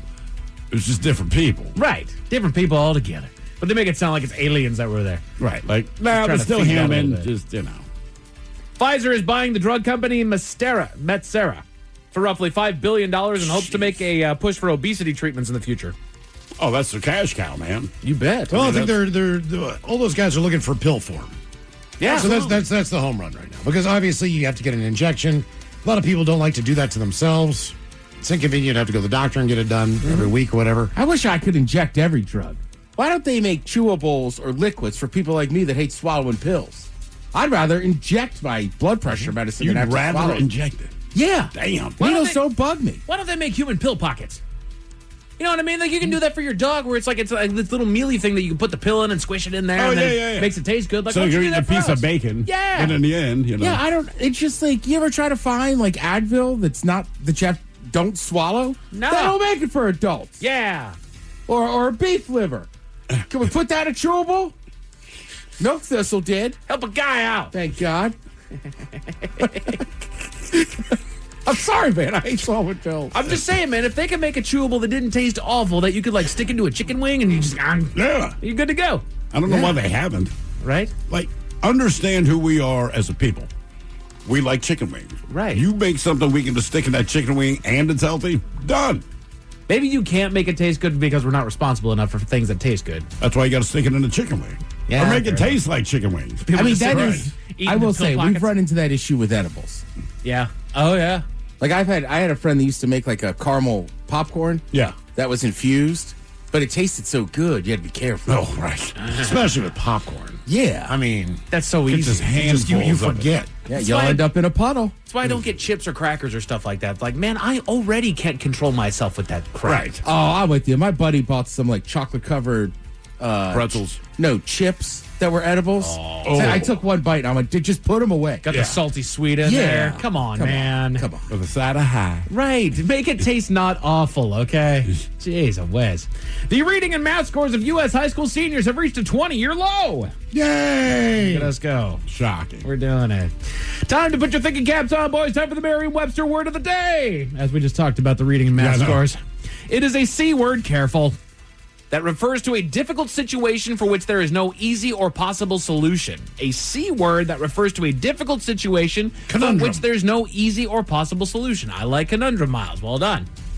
It's combustible. Combustible. Not even close, but all right. Good call, Tim.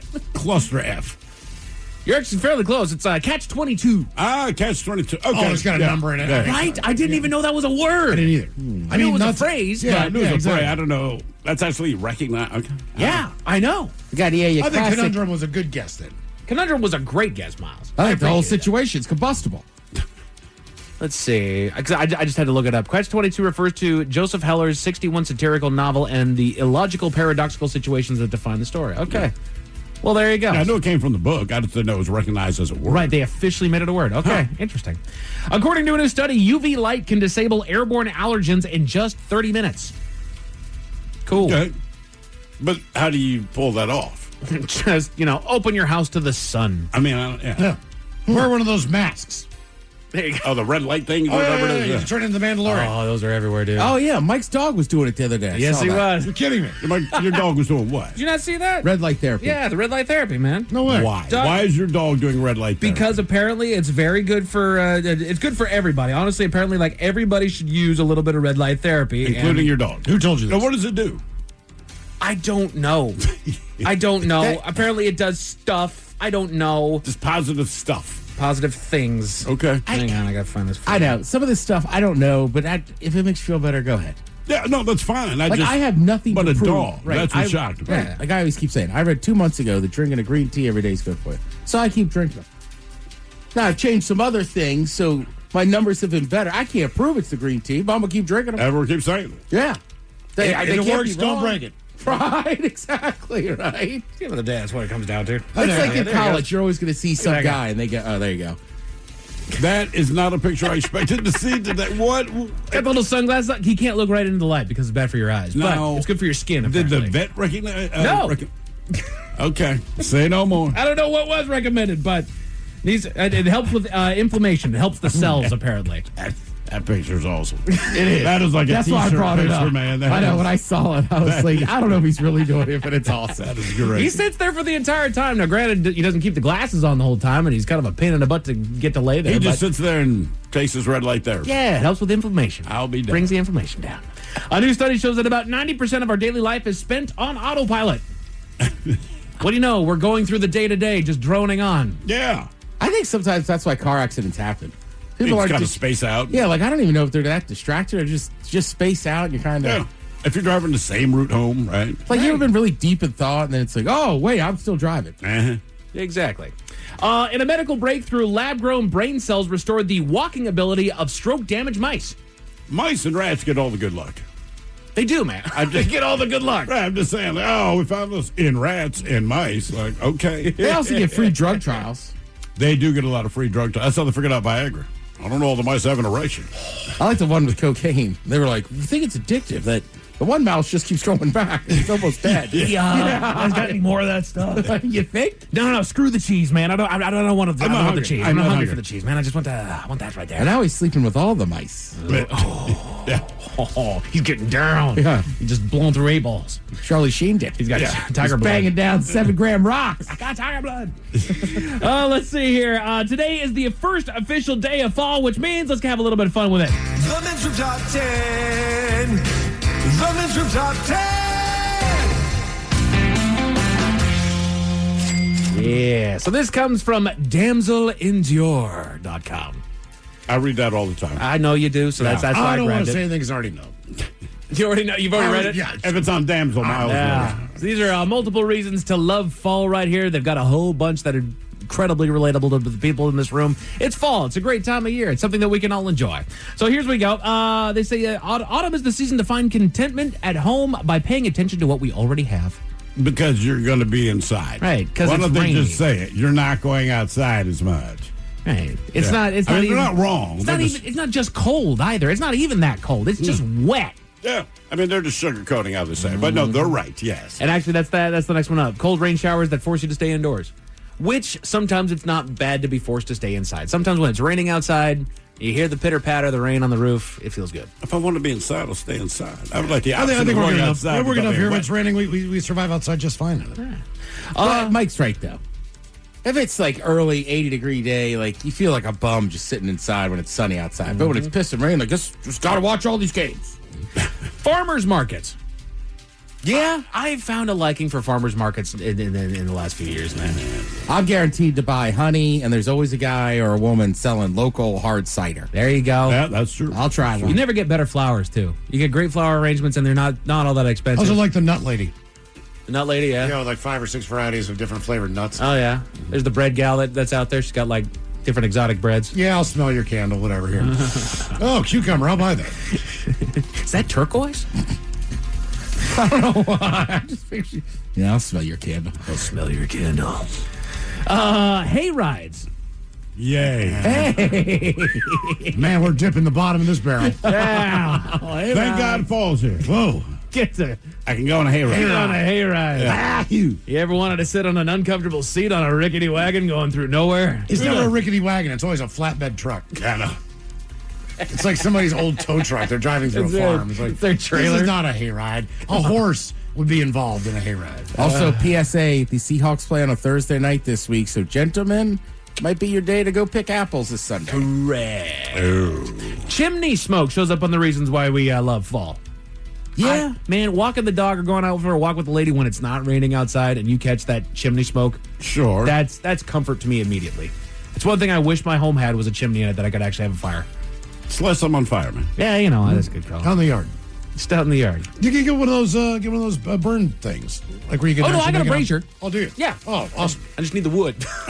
Yeah. I ain't got no wood. Just cut down part of your neighbor's trees. You'll never know. There we go. 10 reasons to love fall. You can make stew again. It's stew season. Time to pull out the crock pot, Ted. I was going to say, That's good. Yeah, that's the best thing about fall, I think, is comfort food. Yeah. Whatever it is, chili, meatloaf, stuff that you don't want to eat when it's really hot out, when it's, heavy. Right. Soups. I'm with you. I like the chili in the crock pot. You're not big on the crock pot life, Steve? I will do it at a time. I will eat what I want when I want. I do not like fall. I do not like winter. It is that simple. All of these things I can do, it does not make me like fall. I like football season. I mean, I know. And I am done.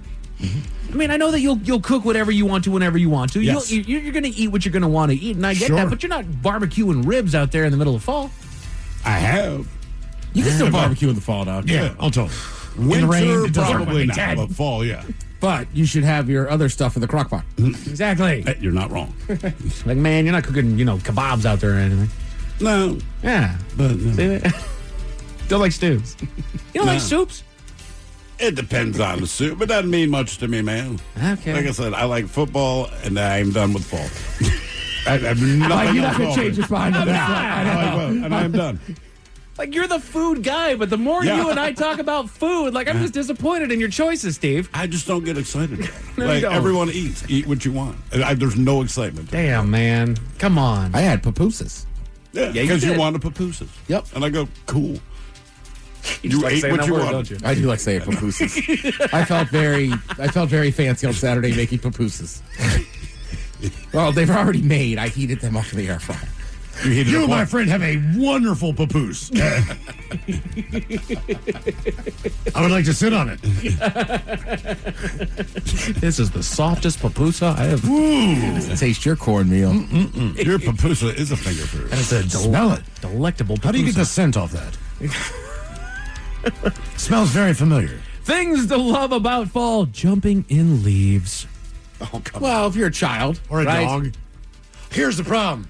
You got to rake the leaves to get to that point. You do. Right, you got to put in effort. You got to put a lot of work in. So I took time this weekend. I had a little bit of time to myself. I ran outside to shovel up all of the apples, the rotten ass apples that fell off the tree. Tennessee, my good apple tree, work. right? There was a lot of them out there. Dude, there was more. I have a full-sized compost bin, and I filled that thing up to about 80%. How much does that thing weigh? A lot. Yeah. You need a friend with a horse or a goat. No kidding, dude. They would eat for weeks. Everybody does that. And then they would get drunk. Because I'm going to have Everybody a needs a friend with a horse or a lot goat. of fermented-ass apples out there. I know it's for the ladies, but it's also for the men. Leggings becoming pants. All right, I mean, I haven't broke out sweatpants yet on the weekend.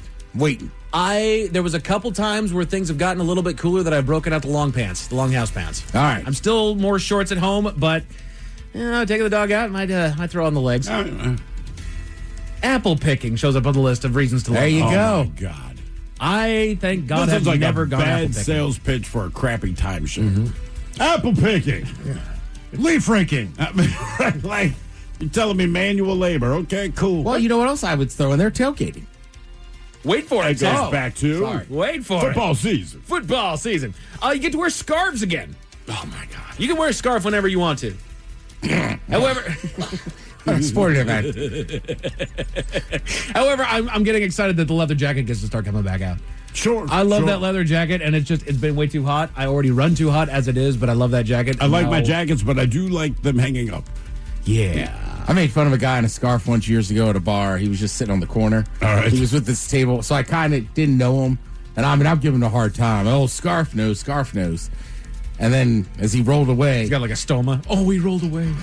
Oh, no. Somehow I felt terrible. Oh, no. He just wheeled away. He rolled away. Oh, no. I can't regulate my body temperature, You jackass. did not notice until then. Wow. No, we were all sitting. And his chair left with him. And I mean, I was relentless. Oh, scarf nose, doesn't he? Fancy pants. Nice blanket in your lap. Get a little chilly in the wintertime, dude. Right? You pansy. It gets a little nippy after 6 p.m. Pumpkin carving shows up on the list of reasons to love fall. Yeah. If you're a kid. I've been trying to accessorize my house. I haven't decided if I'm going to buy a little pumpkin or a wreath. Buy the little pumpkin. If you don't carve it, it lasts a lot longer. Yeah. I had neighbors, dude, this last year. They left their pumpkins out, and I swear they stayed there till like May. Damn. Really? Yeah, it was. And it was bad damn. Yeah. There was other neighbors where theirs were clearly rotted, but they were almost like petrified Right, at some point. right. But these guys, it was melting on their doggone porch.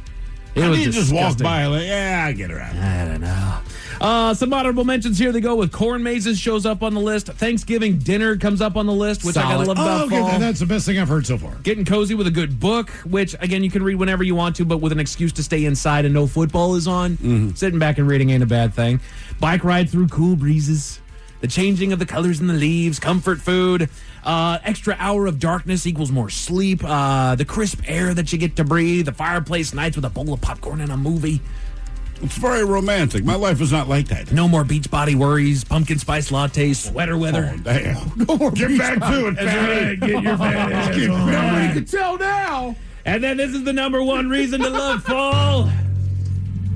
I might have put this out of sequence, but I don't care. Tailgating in football season. Yeah, okay. Yes. It's that time. You're locking in, you're having fun, you're glued to the TV all the time. This is when sports lovers thrive. Yeah. It's just the best. You got almost every league going. You got preseason for hockey. You got baseball playoffs coming up. You got number one Ohio State coming to the lake on Saturday.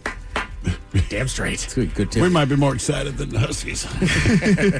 Surveillance cameras in Mexico caught a pretty terrifying scene on film, Miles. What'd they catch there, Mike? Tell you about it at 5:50. Thank you, sir. Headlines are coming up at 5:50. In the meantime, have we made it to drinking time? Somebody out there deserves to be recognized. And the men's room knows just who it is. So to you, we say, bottoms up, sailor. You're the toast of our shot of the day. Drink time it is, and as usual, we head to the drink desk and Steve will throw a hill to find out who we're toasting. Yes, indeed. And today we toast 34-year-old Aaron Morrison of somewhere in Scotland.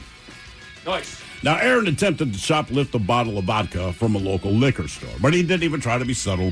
Not like he hid it in his pants. He just grabbed it, ran out the door. And the thing is, no one gave chase. He thought he'd gotten away with it until the cops showed up at his apartment just a few hours later. And it did not take Sherlock Holmes to crack the case because, you see, before Aaron stole the vodka, he'd asked the cashier out on a date. What? And gave her a note with his name and his phone number. He did that first. I don't know if she said yes or no. So wait a minute. Before he robs this place, he writes his name finds her down. attractive. So, hey, baby, you want to go down Miles, Montgomery, reach me at 206, blah-de-de-blah-de-blah. Did he stick a gun in her face? No. Keep in mind, he walked up to her, found her attractive, asked her out on a date. I guess she wasn't quite like, no. So then he writes down his name and his number. After that, he made the decision, you know what? I'm going to steal a bottle of vodka. And like I said, Oh, not he didn't rob her. subtly, He just stole it. He just walked out with it. and ran out the door. Okay. Nobody gave chase. And then the cops showed up. And he's like, how did you find me? He's like, well, you gave her this note with your number and your name on it. It's just that simple. Sounds like an absolute moron. Hey, I see what you did with the absolute. I'll give you one of these. Yeah. Well done. Equestrian and vodka jokes. Wow. All right, let's drink. So we pour this booze and we drink this booze because we think it's yummy. Yummy. So over the tongue and down the throat to party in our tummies. Down the hola, bichola. All right, it's good day. Our contestant on the line for Profile This Now, 206-803-ROCK. Profile This is next. In communities across the country, hourly Amazon employees earn an average of over $23 an hour, with opportunities to grow their career and their paycheck. Learn more at aboutamazon.com. This episode is brought to you by Progressive Insurance. Whether you love true crime or comedy, celebrity interviews or news, you call the shots on what's in your podcast queue. And guess what? Now you can call them on your auto insurance too with the Name Your Price tool from Progressive. It works just the way it sounds. You tell Progressive how much you want to pay for car insurance, and they'll show you coverage options that fit your budget. Get your quote today at Progressive.com to join the over 28 million drivers who trust Progressive. Progressive Casualty Insurance Company and Affiliates. Price and coverage match limited by state law. There's luxury. And then there's Monogram. At Judd & Black, you can experience both. Right now, with Monogram's one for you, one for free rebate, when you purchase select premium appliances, you'll get another absolutely free. Shopping at Judd & Black, you get personalized service, expert guidance, and luxury delivered. Browse online at juddblack.com or find the best deals in our Bellingham showroom off Exit 254. Judd & Black, your hometown appliance store for over 85 years. United Healthcare nurse Crystal checked in on a patient. We do a routine call after surgery, and I could tell in her voice that she was struggling. Crystal knew she needed help. And I knew that this is very serious. This is like septic. This is life-threatening. And she knew just what to do. And I called the hospital and said, she's coming in. Here are her labs. And got her the help she needed. I see my role at United Healthcare as a life-saving role. Hear more stories like Crystal's at UHC.com. Benefits, features, and/or devices vary by plan area. Limitation and exclusions apply. Tonight's meal, tilapia surprise with boiled cabbage. Begin cooking steps 1 through 50 now. Are you kidding me? Making dinner shouldn't feel like doing a 1,000-piece puzzle. With Blue Apron's new one-pan assemble and bake meals, the hard part's already done. Pre-chopped ingredients, zero stress. Just assemble, bake, and enjoy. No complicated steps, no mountain of dishes. Try Assemble and Bake today. Get 20% off your first 2 orders with code APRON20. Terms and conditions apply. Visit blueapron.com/terms for more. To remind you that 60% of sales on Amazon come from independent sellers, here's John from Devil Dog Pet Company. We run our family business from Sterling Heights, Michigan, but we can reach customers all over the country thanks to Amazon. Good boy. Shop small business on Amazon. United Healthcare nurse Crystal checked in on a patient. We do a routine call after surgery, and I could tell in her voice that she was struggling. Crystal knew she needed help. And I knew that this is very serious. This is like septic. This is life-threatening. And she knew just what to do. And I called the hospital and said, she's coming in. Here are her labs. And got her the help she needed. I see my role at United Healthcare as a life-saving role. Hear more stories like Crystal's at UHC.com. Benefits, features, and/or devices vary by plan area. Limitation and exclusions apply. You're tuned into Auto Intelligence, live from Auto Trader, where data, tools, and your preferences sync to make your car shopping smooth. They're searching inventory. Oh, yeah. They find what you need. They're gonna find it. You can make a budget for your wallet to help you succeed. Pricing's precise and true. So true. It's smarter car shopping. Ooh. Just for you. Oh, it's just for you. Ooh. Find your next ride at autotrader.com. Powered by Auto Intelligence. The Men's Room presents Profile This. And Stephen Throwhill, could you please tell everyone how Profile This is played? Oh, I sure can, Miles. It's a simple game where we share with you a real-life news story. Something that happened right here on planet Earth. Earth. And as you listen to the story, based on the stereotypes you believe to be true of people and the decisions that people make, we'll ask you what it is you think makes the story a story. Our caller Paul has dropped off the line. Thank you, Paul. Damn it, Paul. I know. Classic Paul. It so is. you It three is. gentlemen will be competing against one another. No, I'm taking them down. That's right. We're not competing at all. I don't ever do well. This isn't even a contest. Oh, you're just going to take them out. I'm absolutely going to kill them. All right, you heard it here first, and only here. So today you have your choice of one of 3 categories. Today we have interior decorating. Cocky man. Where you guess the foreign object that ended up on the inside of someone. Hit me with your best shot, where you guess the unconventional object that someone has chosen to use as a weapon. And finally today, license to spill, where you guess the substance responsible for Oh, look at me, Ruth. You're calling your shot? Pick it. Hit me. I'm slightly annoyed now. Come on, Mike. We're not losing it. Come on, we got to get this. Come on, I'm paying attention this time. I was just trying to make it. I was trying to make it interesting. Yeah, whatever. Give us a question. I'm usually busy right around now, but you know what? Fine. I'll pay attention to the show. You're not going to believe this. This takes place in Florida. What? Yeah, I know. Frying pan. A Florida woman has been arrested for an attack. Investigators say that the battery occurred this past Thursday evening at the OCC Roadhouse Bar in Clearwater. Somehow, Roadhouse Bar and attack sounds like they work together. 48-year-old Crystal Watts, as she pointed out, she spells the name Krystl, no A or anything.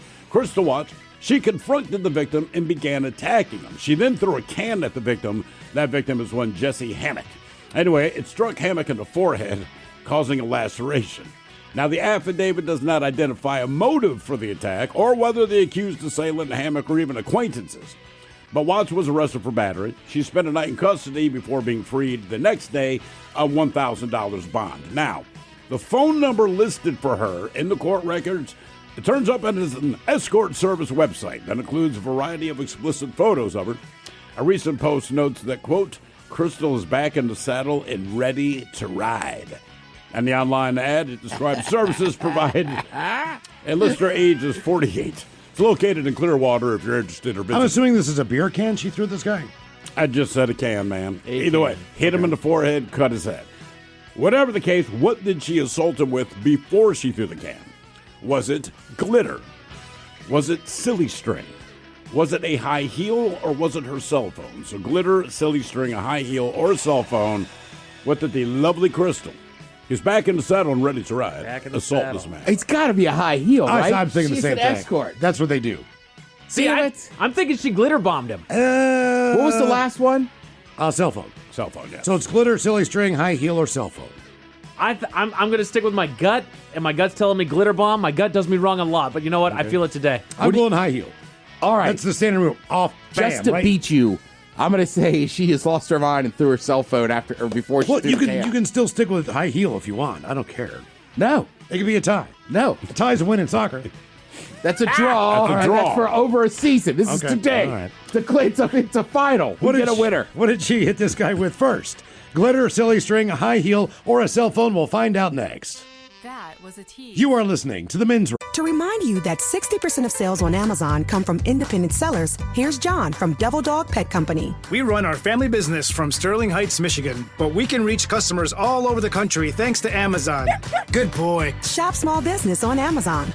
United Healthcare nurse Crystal checked in on a patient. We do a routine call after surgery, and I could tell in her voice that she was struggling. Crystal knew she needed help. And I knew that this is very serious. This is like septic. This is life-threatening. And she knew just what to do. And I called the hospital and said, she's coming in. Here are her labs. And got her the help she needed. I see my role at United Healthcare as a life-saving role. Hear more stories like Crystal's at UHC.com. Benefits, features, and/or devices vary by plan area. Limitation and exclusions apply. You're tuned into Auto Intelligence, live from Auto Trader, where data, tools, and your preferences sync to make your car shopping smooth. They're searching inventory. Oh, yeah. They find what you need. They gon' find it. You can make a budget for your wallet to help you succeed. Pricing's precise and true. So true. It's smarter car shopping. Ooh. Just for you. Oh, it's just for you. Find your next ride at autotrader.com. Powered by Auto Intelligence. Room.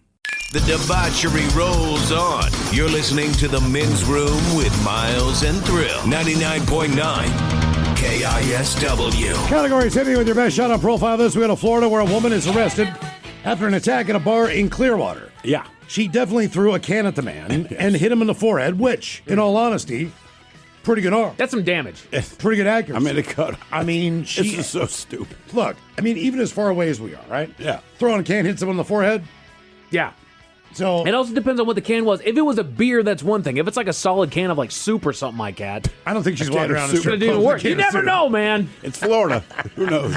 She's back in the saddle, Miles. Just pours tomato soup all over her head when she's up there. I think it's safe bet it's like a can of beer that has a couple sips and then she threw it. Okay. Our question is, what did she throw before that? Was it glitter, silly string, a high heel, or a cell phone? Let us start with Mike Hawk. Doggone it! You went with glitter. Yeah. It was not glitter. That means it comes down to the Ted Smith and Miles Montgomery. The only glitter she wears is body glitter. Miles, you went with high heel. Damn it! That leaves you, Ted. You went with the cell phone. What? Silly string? Silly string. She sprayed it with silly spring, but the can she threw was the silly spring can. That's why you couldn't say what it was. So she sprayed his ass, then Damn hit him it. in the forehead with the can of silly string. I'm sorry, Okay. man. Shoot, What that is makes going on in sense. Florida? I already had Why does she have silly string at a Roadhouse bar? I don't. I already had a vision of what she looked like. And then when you mentioned the escort service, I was like, that's exactly You what had a I vision of a 48-year-old stripper. Yeah. Okay. Wrong. Very tan. No, Oh. she looks like Billy Idol.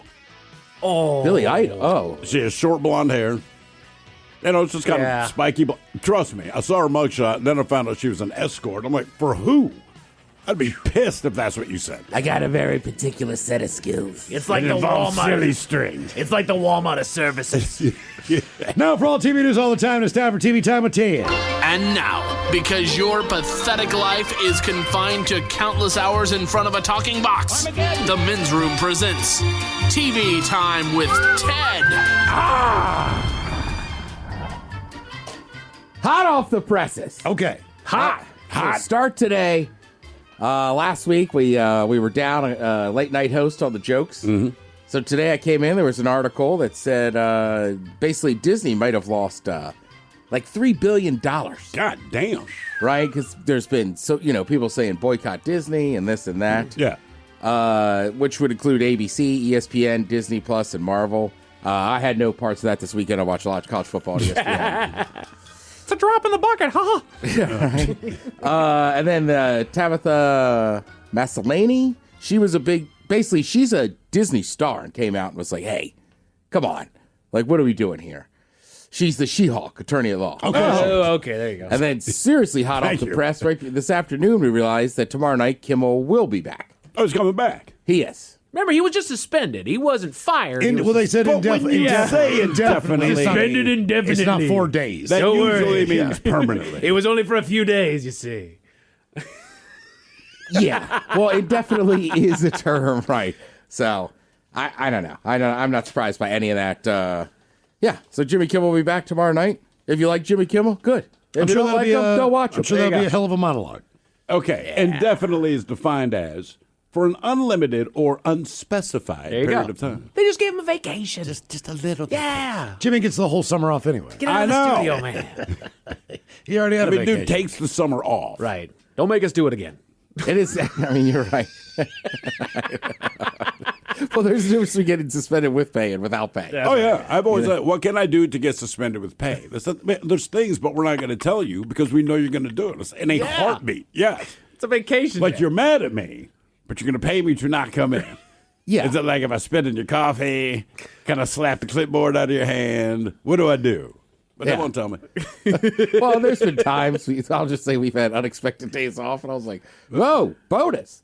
Yeah. Yes. Who's got COVID? All right. Like, hey, Joe, you want to meet for a cocktail? Yeah. It's amazing how they get that portable kit to your house, though. Oh, yeah. Council gets that there fast. Here you go. Don't worry, there's 2 hours before the show. We can do this. We got you. I know that you're sick as a dog and probably dying, but hey, That let's is do the the show. one time the corporate moves fast. Yeah. If you have any other request, it's like, it goes to the channels, you got to wait for this, it's the proper protocols. If your ass had COVID, they're like, there's a microphone at your home Well, just already. the YouTube channel. How long were we trying to get this 9 doggone months. thing up? Right. 9 months. We hired Tim back in January for a February launch. We should have told him Tim had COVID. Yeah. And look, I get it. A lot of people do actually work from home and get stuff done. Yeah, I don't. I'm not one of those people. Oh, no, man, I'd be doing laundry during the show no. I mean, I think it was one day, great, because, you get COVID, you got to stay home, but then you had to stay home for so many days. It's like, but, the flu, after a couple of days, I felt fine. And then it's like, you don't really think about it, but there's a game on the TV, we're in a commercial break, and I realized, oh, my God, I'm just drinking a beer. It's like, wait a minute, I'm still working. When I came back to work from COVID, my place was immaculate. Oh, yeah. I mean, I'd organized the groceries, in my cupboards, gone through to see what I had. I was so freaking bored, I couldn't even take it. I remember golf was on every day, and then when we were doing the Happy Hour Live, you always had something else up there. Well, I just put that on for effect. Yeah. Speaking of golf streaming and sports, what a weekend in this city. Oh, yeah. Just unreal. I hate this team. I'm not even going to talk about it. Yeah, I know. I was just talking to a guy down in the corner store, and he was like, I'm looking at tickets. So first, we got to get into Apple Cup happened. Listen, Cougs, you can't be shocked. All right, the Huskies had a down year last year. The Huskies are a much better team. Coleman, 10% win percentage of the Apple Cup? 10%, right. All right. Coleman's a beast. Boston is my guy. He catches touchdowns left and right, basically every game. So, Apple Cup, watch that. You figure most people in Seattle, and I know there's a lot of Cougs who live here, but you're like, all right, Seattle's up. Then you get to Sunday. I don't remember the Seahawks just dismantling somebody like that in a long time. No. I mean, right, it just seemed like as soon as that game started, I was watching at a bar, I'm getting tired of high-fiving people. The Saints might be worse than Miami. Yeah. After the first week, I thought, okay, Miami's absolutely going to self-destruct. They've tried to pull it together.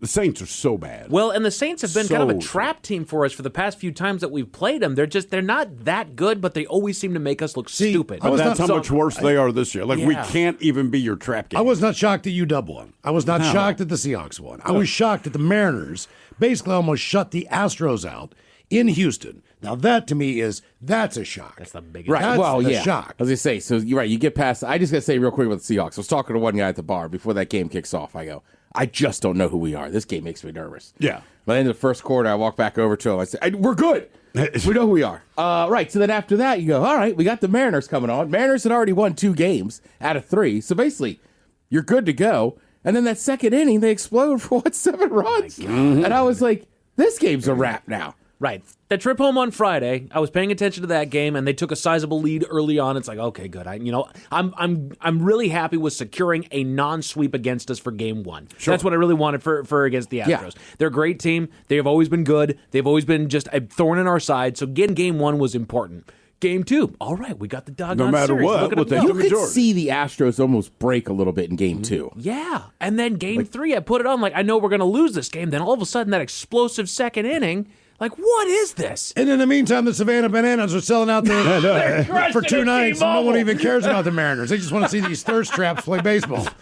I know. I saw a couple people being like, I don't understand the Savannah Bananas. It's like, A, it's fun. Yeah. It's fun for everybody involved. They do play still a form of real baseball. And then Miles is right. Every mom I know my age is like, they're obsessed with those banana dudes. Well, also, they got some stuff for the guys out there, too. They had Mariners legend Jamie Moyer out there. They had my man James Paxton came back out, the big maple for... They had the guy from Train singing Train songs. No offense. I don't think they care about the old Mariners. I just think they care about these young, hot guys. Yeah, that's fair. It's like, this guy was in Thunder Down Under 1978. Like, no, they don't really care about that. They kind of like these guys. But it's cool to have those guys out there. Yeah. And look, I think Train is horrible, but if I'm the guy from Train, knowing who his audience is, I would have sang at the Savannah Bananas as well. He did not go home alone. No. Oh, Jesus, man. He might be married. He is, yeah. Okay, then his wife went home with him. All right. Okay, his wife went home So alone. that's why he sold his house in a supply. There you go. Yeah, and look, I think the Bananas are great for what they're doing. I think Sure. it's good for the sport and this and that. Like, and I love the fact like everybody's like, I don't understand it. It's like, well, again, it's fun. There's something for everybody. What is to not and they understand? keep their ticket prices low. And don't. Well, you're on the second market, Right, Their correct. ticket prices though are low. That's part of their point of contention. It's like we don't scout. We don't Right. send crazy prices through the roof, but you can afford to go to our games and everything. And then you could watch them all on the internet. Like the guy that runs that is on to something, man. Yeah, obviously, man. Like I said, they're selling out. Yeah. It's getting bigger and bigger. Yeah. All right, let's see. So if you like Halloween, there's basically there's a thing called cable TV, and they're looking for somebody to make $666 And- plus $50 Uber Eats card. You get a 1-year subscription to Screambox. Basically, you just got to watch 5 of the scariest films of all time. Do they say what the 5 are, or what 5 of them You might get to be? pick out of the 13. Ooh, I wonder if I've seen any of these. What I would doubt you it. say is the scariest movie you've seen? The scariest movies that I have seen in there is Paranormal Activity and The Conjuring. I haven't gone to like these, dark web style movies where they're showing, it's also what your definition of scary is. Is your definition of scary, gore porn type stuff, or is it more psychological? Is it? I would always argue, Miles made a good point. Actually, we were talking about this last week, and he said, like, you had like the Omen, or you had the Exorcist, and those things were creepy the whole time. You never jumped out of your seat. You're just not ever comfortable. Right. And I like how you said it. Gregory You said Peck, you're hiring Gregory Peck. right. But like you said, the slasher, they're just not cinematic. They're not really like movies. You're It's like hiring just- Jack Nicholson. Right. He's the star of this movie. Exactly. It is a horror movie, but you have an A-lister. So the movie has to be a movie. Right. It can't be Jack going around, I'm stabbing Jackin'. Right. It's not that. It's Stabbing there's, Jack. there's more to it. Like, I'm Jack the Stabber. So, like, number 13 on the list is The Thing. Okay. Then you The have Thing the was good. Texas Chainsaw Massacre, the original. That's a pretty good movie. Still haven't seen the original. I've seen a handful of the remakes though. All right, what about The Strangers? 2008. Strangers, yes, that one was creepy. These They're guys the go ones with the mask on. Yeah, they go on vacation out to like a cabin or something like that, and then there's these always a creepy-ass cabin. guys. It's always a cabin. I can't believe it. People have cabins. There's All always these a movies. cabin. There's actually a That thing horror started- comedy. There's no good movies with cabins other than like Uncle Buck. There's actually a horror comedy called Cabin in the Woods that basically every horror movie is kind of predetermined sort of a thing. It's all just orchestrated, and it's called Cabin in the Woods. These people just go to this cabin, and that's how they execute. God damn it, Miles! It's not Uncle Buck. What is it? What is it? Whether he's Great Outdoors? The Great Outdoors. Sorry, That's right. I like cabins, but like I said, I got a cabin once on the Salduck River, and the girl I was with went to sleep, and she made me watch one of the Shining vampire movies from out there. Oh, Twilight, yeah. Yeah, so I was out in the hot tub enjoying a little herbal refreshment, and I'm staring into the moss and everything, and then, I got up and ran inside. I got scared. I don't want vampires out here. Yeah. Even the good-looking ones. Well, it's just spooky over there. Dark. The Shining makes the list Great from flick. 1980. Great flick. Martyrs, It. Oh, it's fantastic. Now, here's one. Number 6, they have Halloween. I I'll watch Halloween. To me, that's not that scary. The first one was a little creepier because once they established it as a franchise, it's like, here comes the knife, run away. That one, it took you a hot minute to figure out exactly what the F was going on. And I think that's the only difference. It's like Rocky. Like, you don't know who Rocky's going to be until right. three-fourths Rocky of the 2. movie. You know what I mean? Then Rocky 2. The first part of okay. Rocky is just like, an hour and a half of nothing. You're just character development. Right. Then he gets in the ring and this is the Rocky we know. Yeah. It's kind of the same thing. Like, you don't know the Jason in Halloween yet. Yeah, that's a good point. Mike Myers. Mike Myers, damn it. Or This is Friday the 13th. Yeah, Come on, man. whatever. I You don't know also the think Nightmare maybe on Elm Street Halloween, guy. maybe I've just seen it enough, or you hear the music all the time. Like, maybe I'm desensitized. But that's the only one, I'll watch. I'm like, all right. Distracted by Jamie Lee Curtis. Yeah. She's always hot. Get Out is on the list. Nice. That was a really fun flick. I don't think it was scary, but it's good. Yeah, I mean, it bugged me on certain levels, but it wasn't necessarily like I'm going to lose sleep over. Well, and that was Jordan Peele's first dip into making horror, and Yeah. doggone it, dude. We found that he has a niche. Yeah, I know. Didn't it go up for best comedy? I'm like, is this funny? Who thinks this is funny? I don't think it's funny. It's hilarious to me. I was just saying, me, Miles, and Mike, we loved it. My God, that looked like a utopia. Comedy of the year. It's like the Flintstones. The Exorcist made the list. Classic. Yep. Yeah, you can't really go wrong with that one. Again, Yes, you can. That's probably one of the scariest ones on there. That's No, what so he's you saying. can't go wrong. It's like, that's a legit scary movie. Right. And again, growing up in that area makes it even scarier. Well, growing up in a church environment makes that movie scary. Yeah. Because that was the whole point. You're going to hell. If you don't do this, you're going to hell. If you don't cut the grass, you're going to hell. If you don't shovel the stove, you're going to go to hell. But that house burnt down. There's just a park there now. And then I told you that when that happened, that kid was in my mom's parish. That priest claimed he couldn't raise his arms above his shoulders while that kid was possessed. I don't know if the priest was freaking out little kids. Turns out it was a rotator cuff problem. You didn't want to tell anybody after the fact. And there was a lot of supernatural stuff that came with that movie, too. Like, there were some issues that they had on set with that one. That one and Poltergeist. Yeah. El Diablo. The Evil Dead makes the list from 1981. And then Nice. their top two are Candyman Okay. Really? and A Wasn't my Nightmare on scariest Elm one. Street. See, and I think they were very good for what they were, but again, those aren't the types of movies that put me to sleep. But then again, when you say Candyman in the Mirror, how many was it? 5 times? 3 times. 3 times. No, I won't. I won't say Bloody Mary in the mirror. Yep. I won't even order a Bloody Mary. That's See- how much it scarred me. And for me, Nightmare on Elm Street, the concept was a lot scarier than the movie. Then the movie. Yeah, agreed. You know? Yeah. Guy who gets in your dreams. Let's see. You got a little Monday Night Football tonight, boys. Who's Got- playing? It's the Ravens hosting the Lions. Huh. Yeah, Should be a good one. Go Lions. Kind of crazy. That is wild. I'm going to have to check that out. Yeah, you might Thank like you, it. Tim. We appreciate it. You're listening to The Men's Room. The Men's Room returns with Miles and Thrill. Now, let's see what's happening in the real world. All right, here we go. Florida woman can't leave the house because of a giant alligator outside her door. Meanwhile, we head to Oklahoma, where a tiger handler, he gets to hear one final roar before he gets eaten. Georgia woman steals from gas station to play slot machines inside. To Mexico, where hundreds of soda drinkers secretly cried. And a Virginia woman wins the lottery, gives it all away, which means she was already loaded. And it's time for your headlines. Now, it's time to hit the headlines. Here's my car. Top story, wild story out of Mexico City as surveillance footage caught a terrifying scene on film. The camera looks over a street in the city's most populous borough and looks upon a Doritos soda truck stopped in the middle of the road. Doritos. Okay, right. Slightly sunken in the back. By the time you realize that what this truck looks like, suddenly out of nowhere, a sinkhole opens up directly underneath the truck, swallowing the entire trailer. There's some evidence to believe that they knew that the ground would give way, as they seem to have roped off the area with caution tape and traffic cones to ward off anybody else from getting in harm's way. There's no report on if any injuries were sustained in the incident. Damn. And that's terrifying, dude. This thing opened up. This is a sizable truck that it just ate up out of nowhere. Sinkholes are terrifying, man. They are, dude. Yeah. Like, it's not something you worry about, but anytime you see video, it's like, right, you have no real way of predicting it. Right. Unless the ground's already collapsing around it, right? But I mean, just houses gone, cars gone. Exactly. And it's in the middle of the road. It's not like there was anything kind of eroding underneath it or anything like that. Or I suppose it was, but just out of nowhere, all of a sudden the asphalt gives way. That is, yeah. So I don't even know how sinkholes work. It just all of a sudden eats water it. eating away at the limestone underneath, but there's no real way to monitor it. Right, no way to detect it. You know what I mean? They can make predictions like, if you build this building here, then there's a chance that this thing might happen. But, you know, that's reasonably new. So if you built something in, say, 1950, that wasn't on your radar. But, you know, fast forward 75 years and it's opened up a sinkhole. Well, and if I own a spot that's around that sinkhole that opened up, like, I don't trust my spot to stay up. No. In other news, down in Missouri, where one woman has a gambling problem. She works at a local convenience store and was recently caught by her employer taking some liberties at work. There's a slot machine located inside the store that apparently the woman was playing by taking cash from the store and using that to gamble. This is how I learned that Georgia gas stations have legalized gambling inside. Right?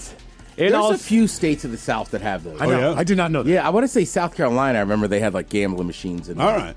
So Just no go to get some- casinos, but you can go to the gas station. The same someplace thing like that. in an airport in Vegas. Right. You can Okay. play slot machines Right. to get gas. It's like, what in the hell?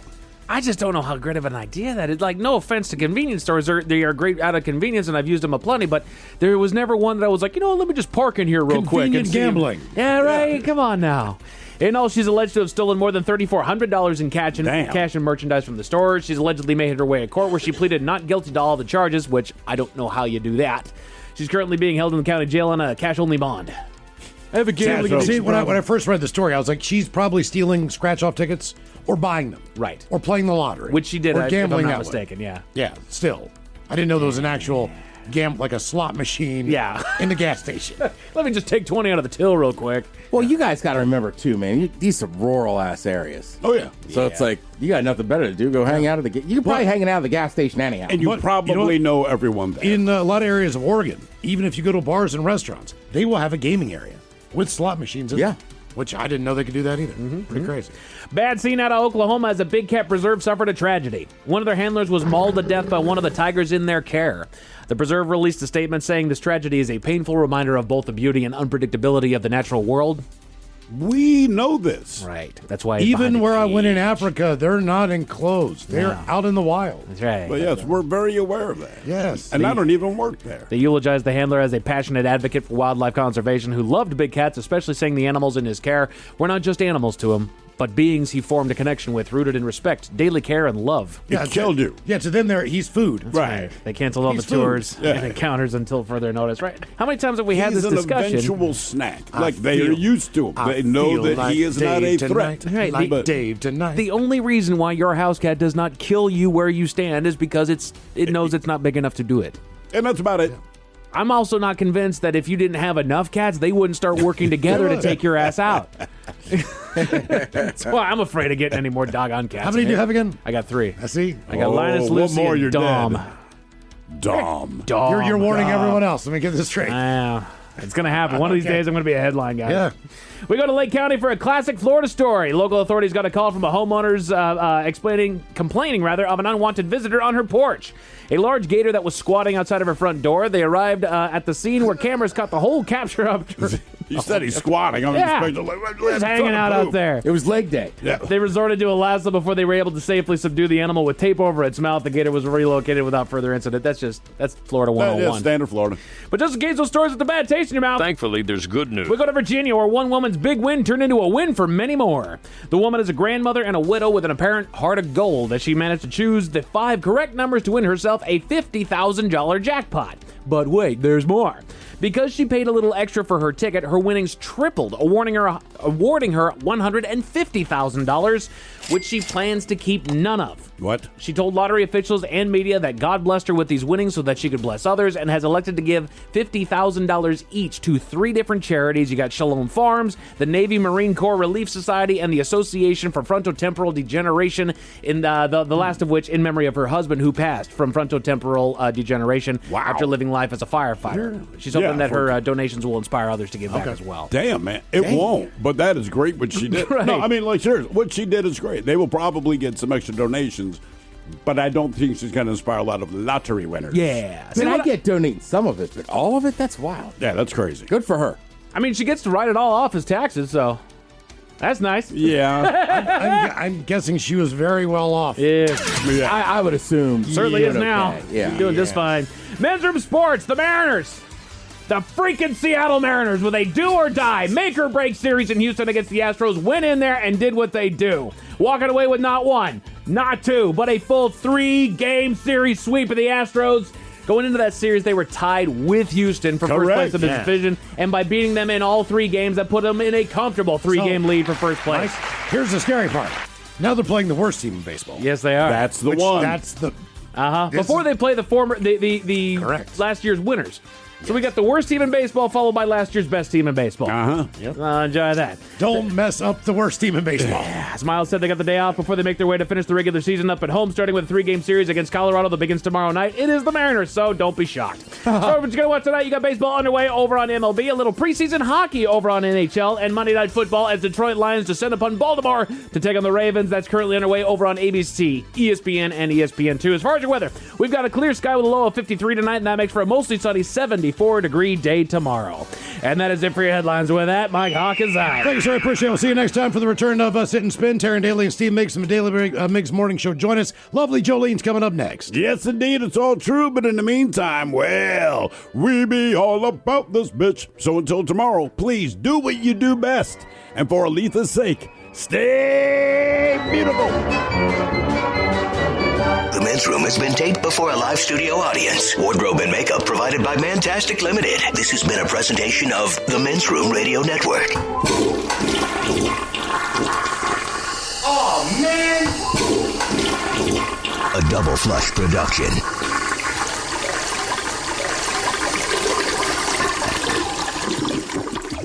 To remind you that 60% of sales on Amazon come from independent sellers, here's John from Devil Dog Pet Company. We run our family business from Sterling Heights, Michigan, but we can reach customers all over the country thanks to Amazon. Good boy. Shop small business on Amazon.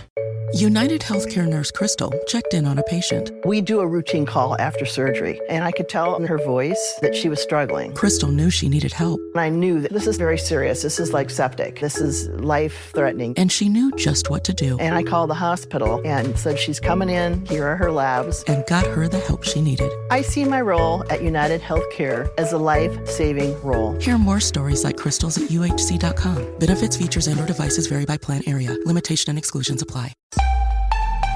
There's luxury, and then there's Monogram. At Judd & Black, you can experience both. Right now, with Monogram's 1 for you, 1 for free rebate, when you purchase select premium appliances, you'll get another absolutely free. Shopping at Judd & Black, you get personalized service, expert guidance, and luxury delivered. Browse online at juddblack.com or find the best deals in our Bellingham showroom off Exit 254. Judd & Black, your hometown appliance store for over 85 years. This episode is brought to you by Progressive Insurance. What if comparing car insurance rates was as easy as putting on your favorite podcast? With Progressive, it is. Just visit the Progressive website to quote with all the coverages you want. You'll see Progressive's direct rate, then their tool will provide options from other companies so you can compare. All you need to do is choose the rate and coverage you like. Quote today at Progressive.com to join the over 28 million drivers who trust Progressive. Progressive Casualty Insurance Company and Affiliates. Comparison rates not available in all states or situations. Prices vary based on how you buy. Presented by T-Mobile, the official wireless partner of Odyssey Sports. With an awesome network and great savings, there's never been a better time to join T-Mobile. Visit your neighborhood store to make the switch today.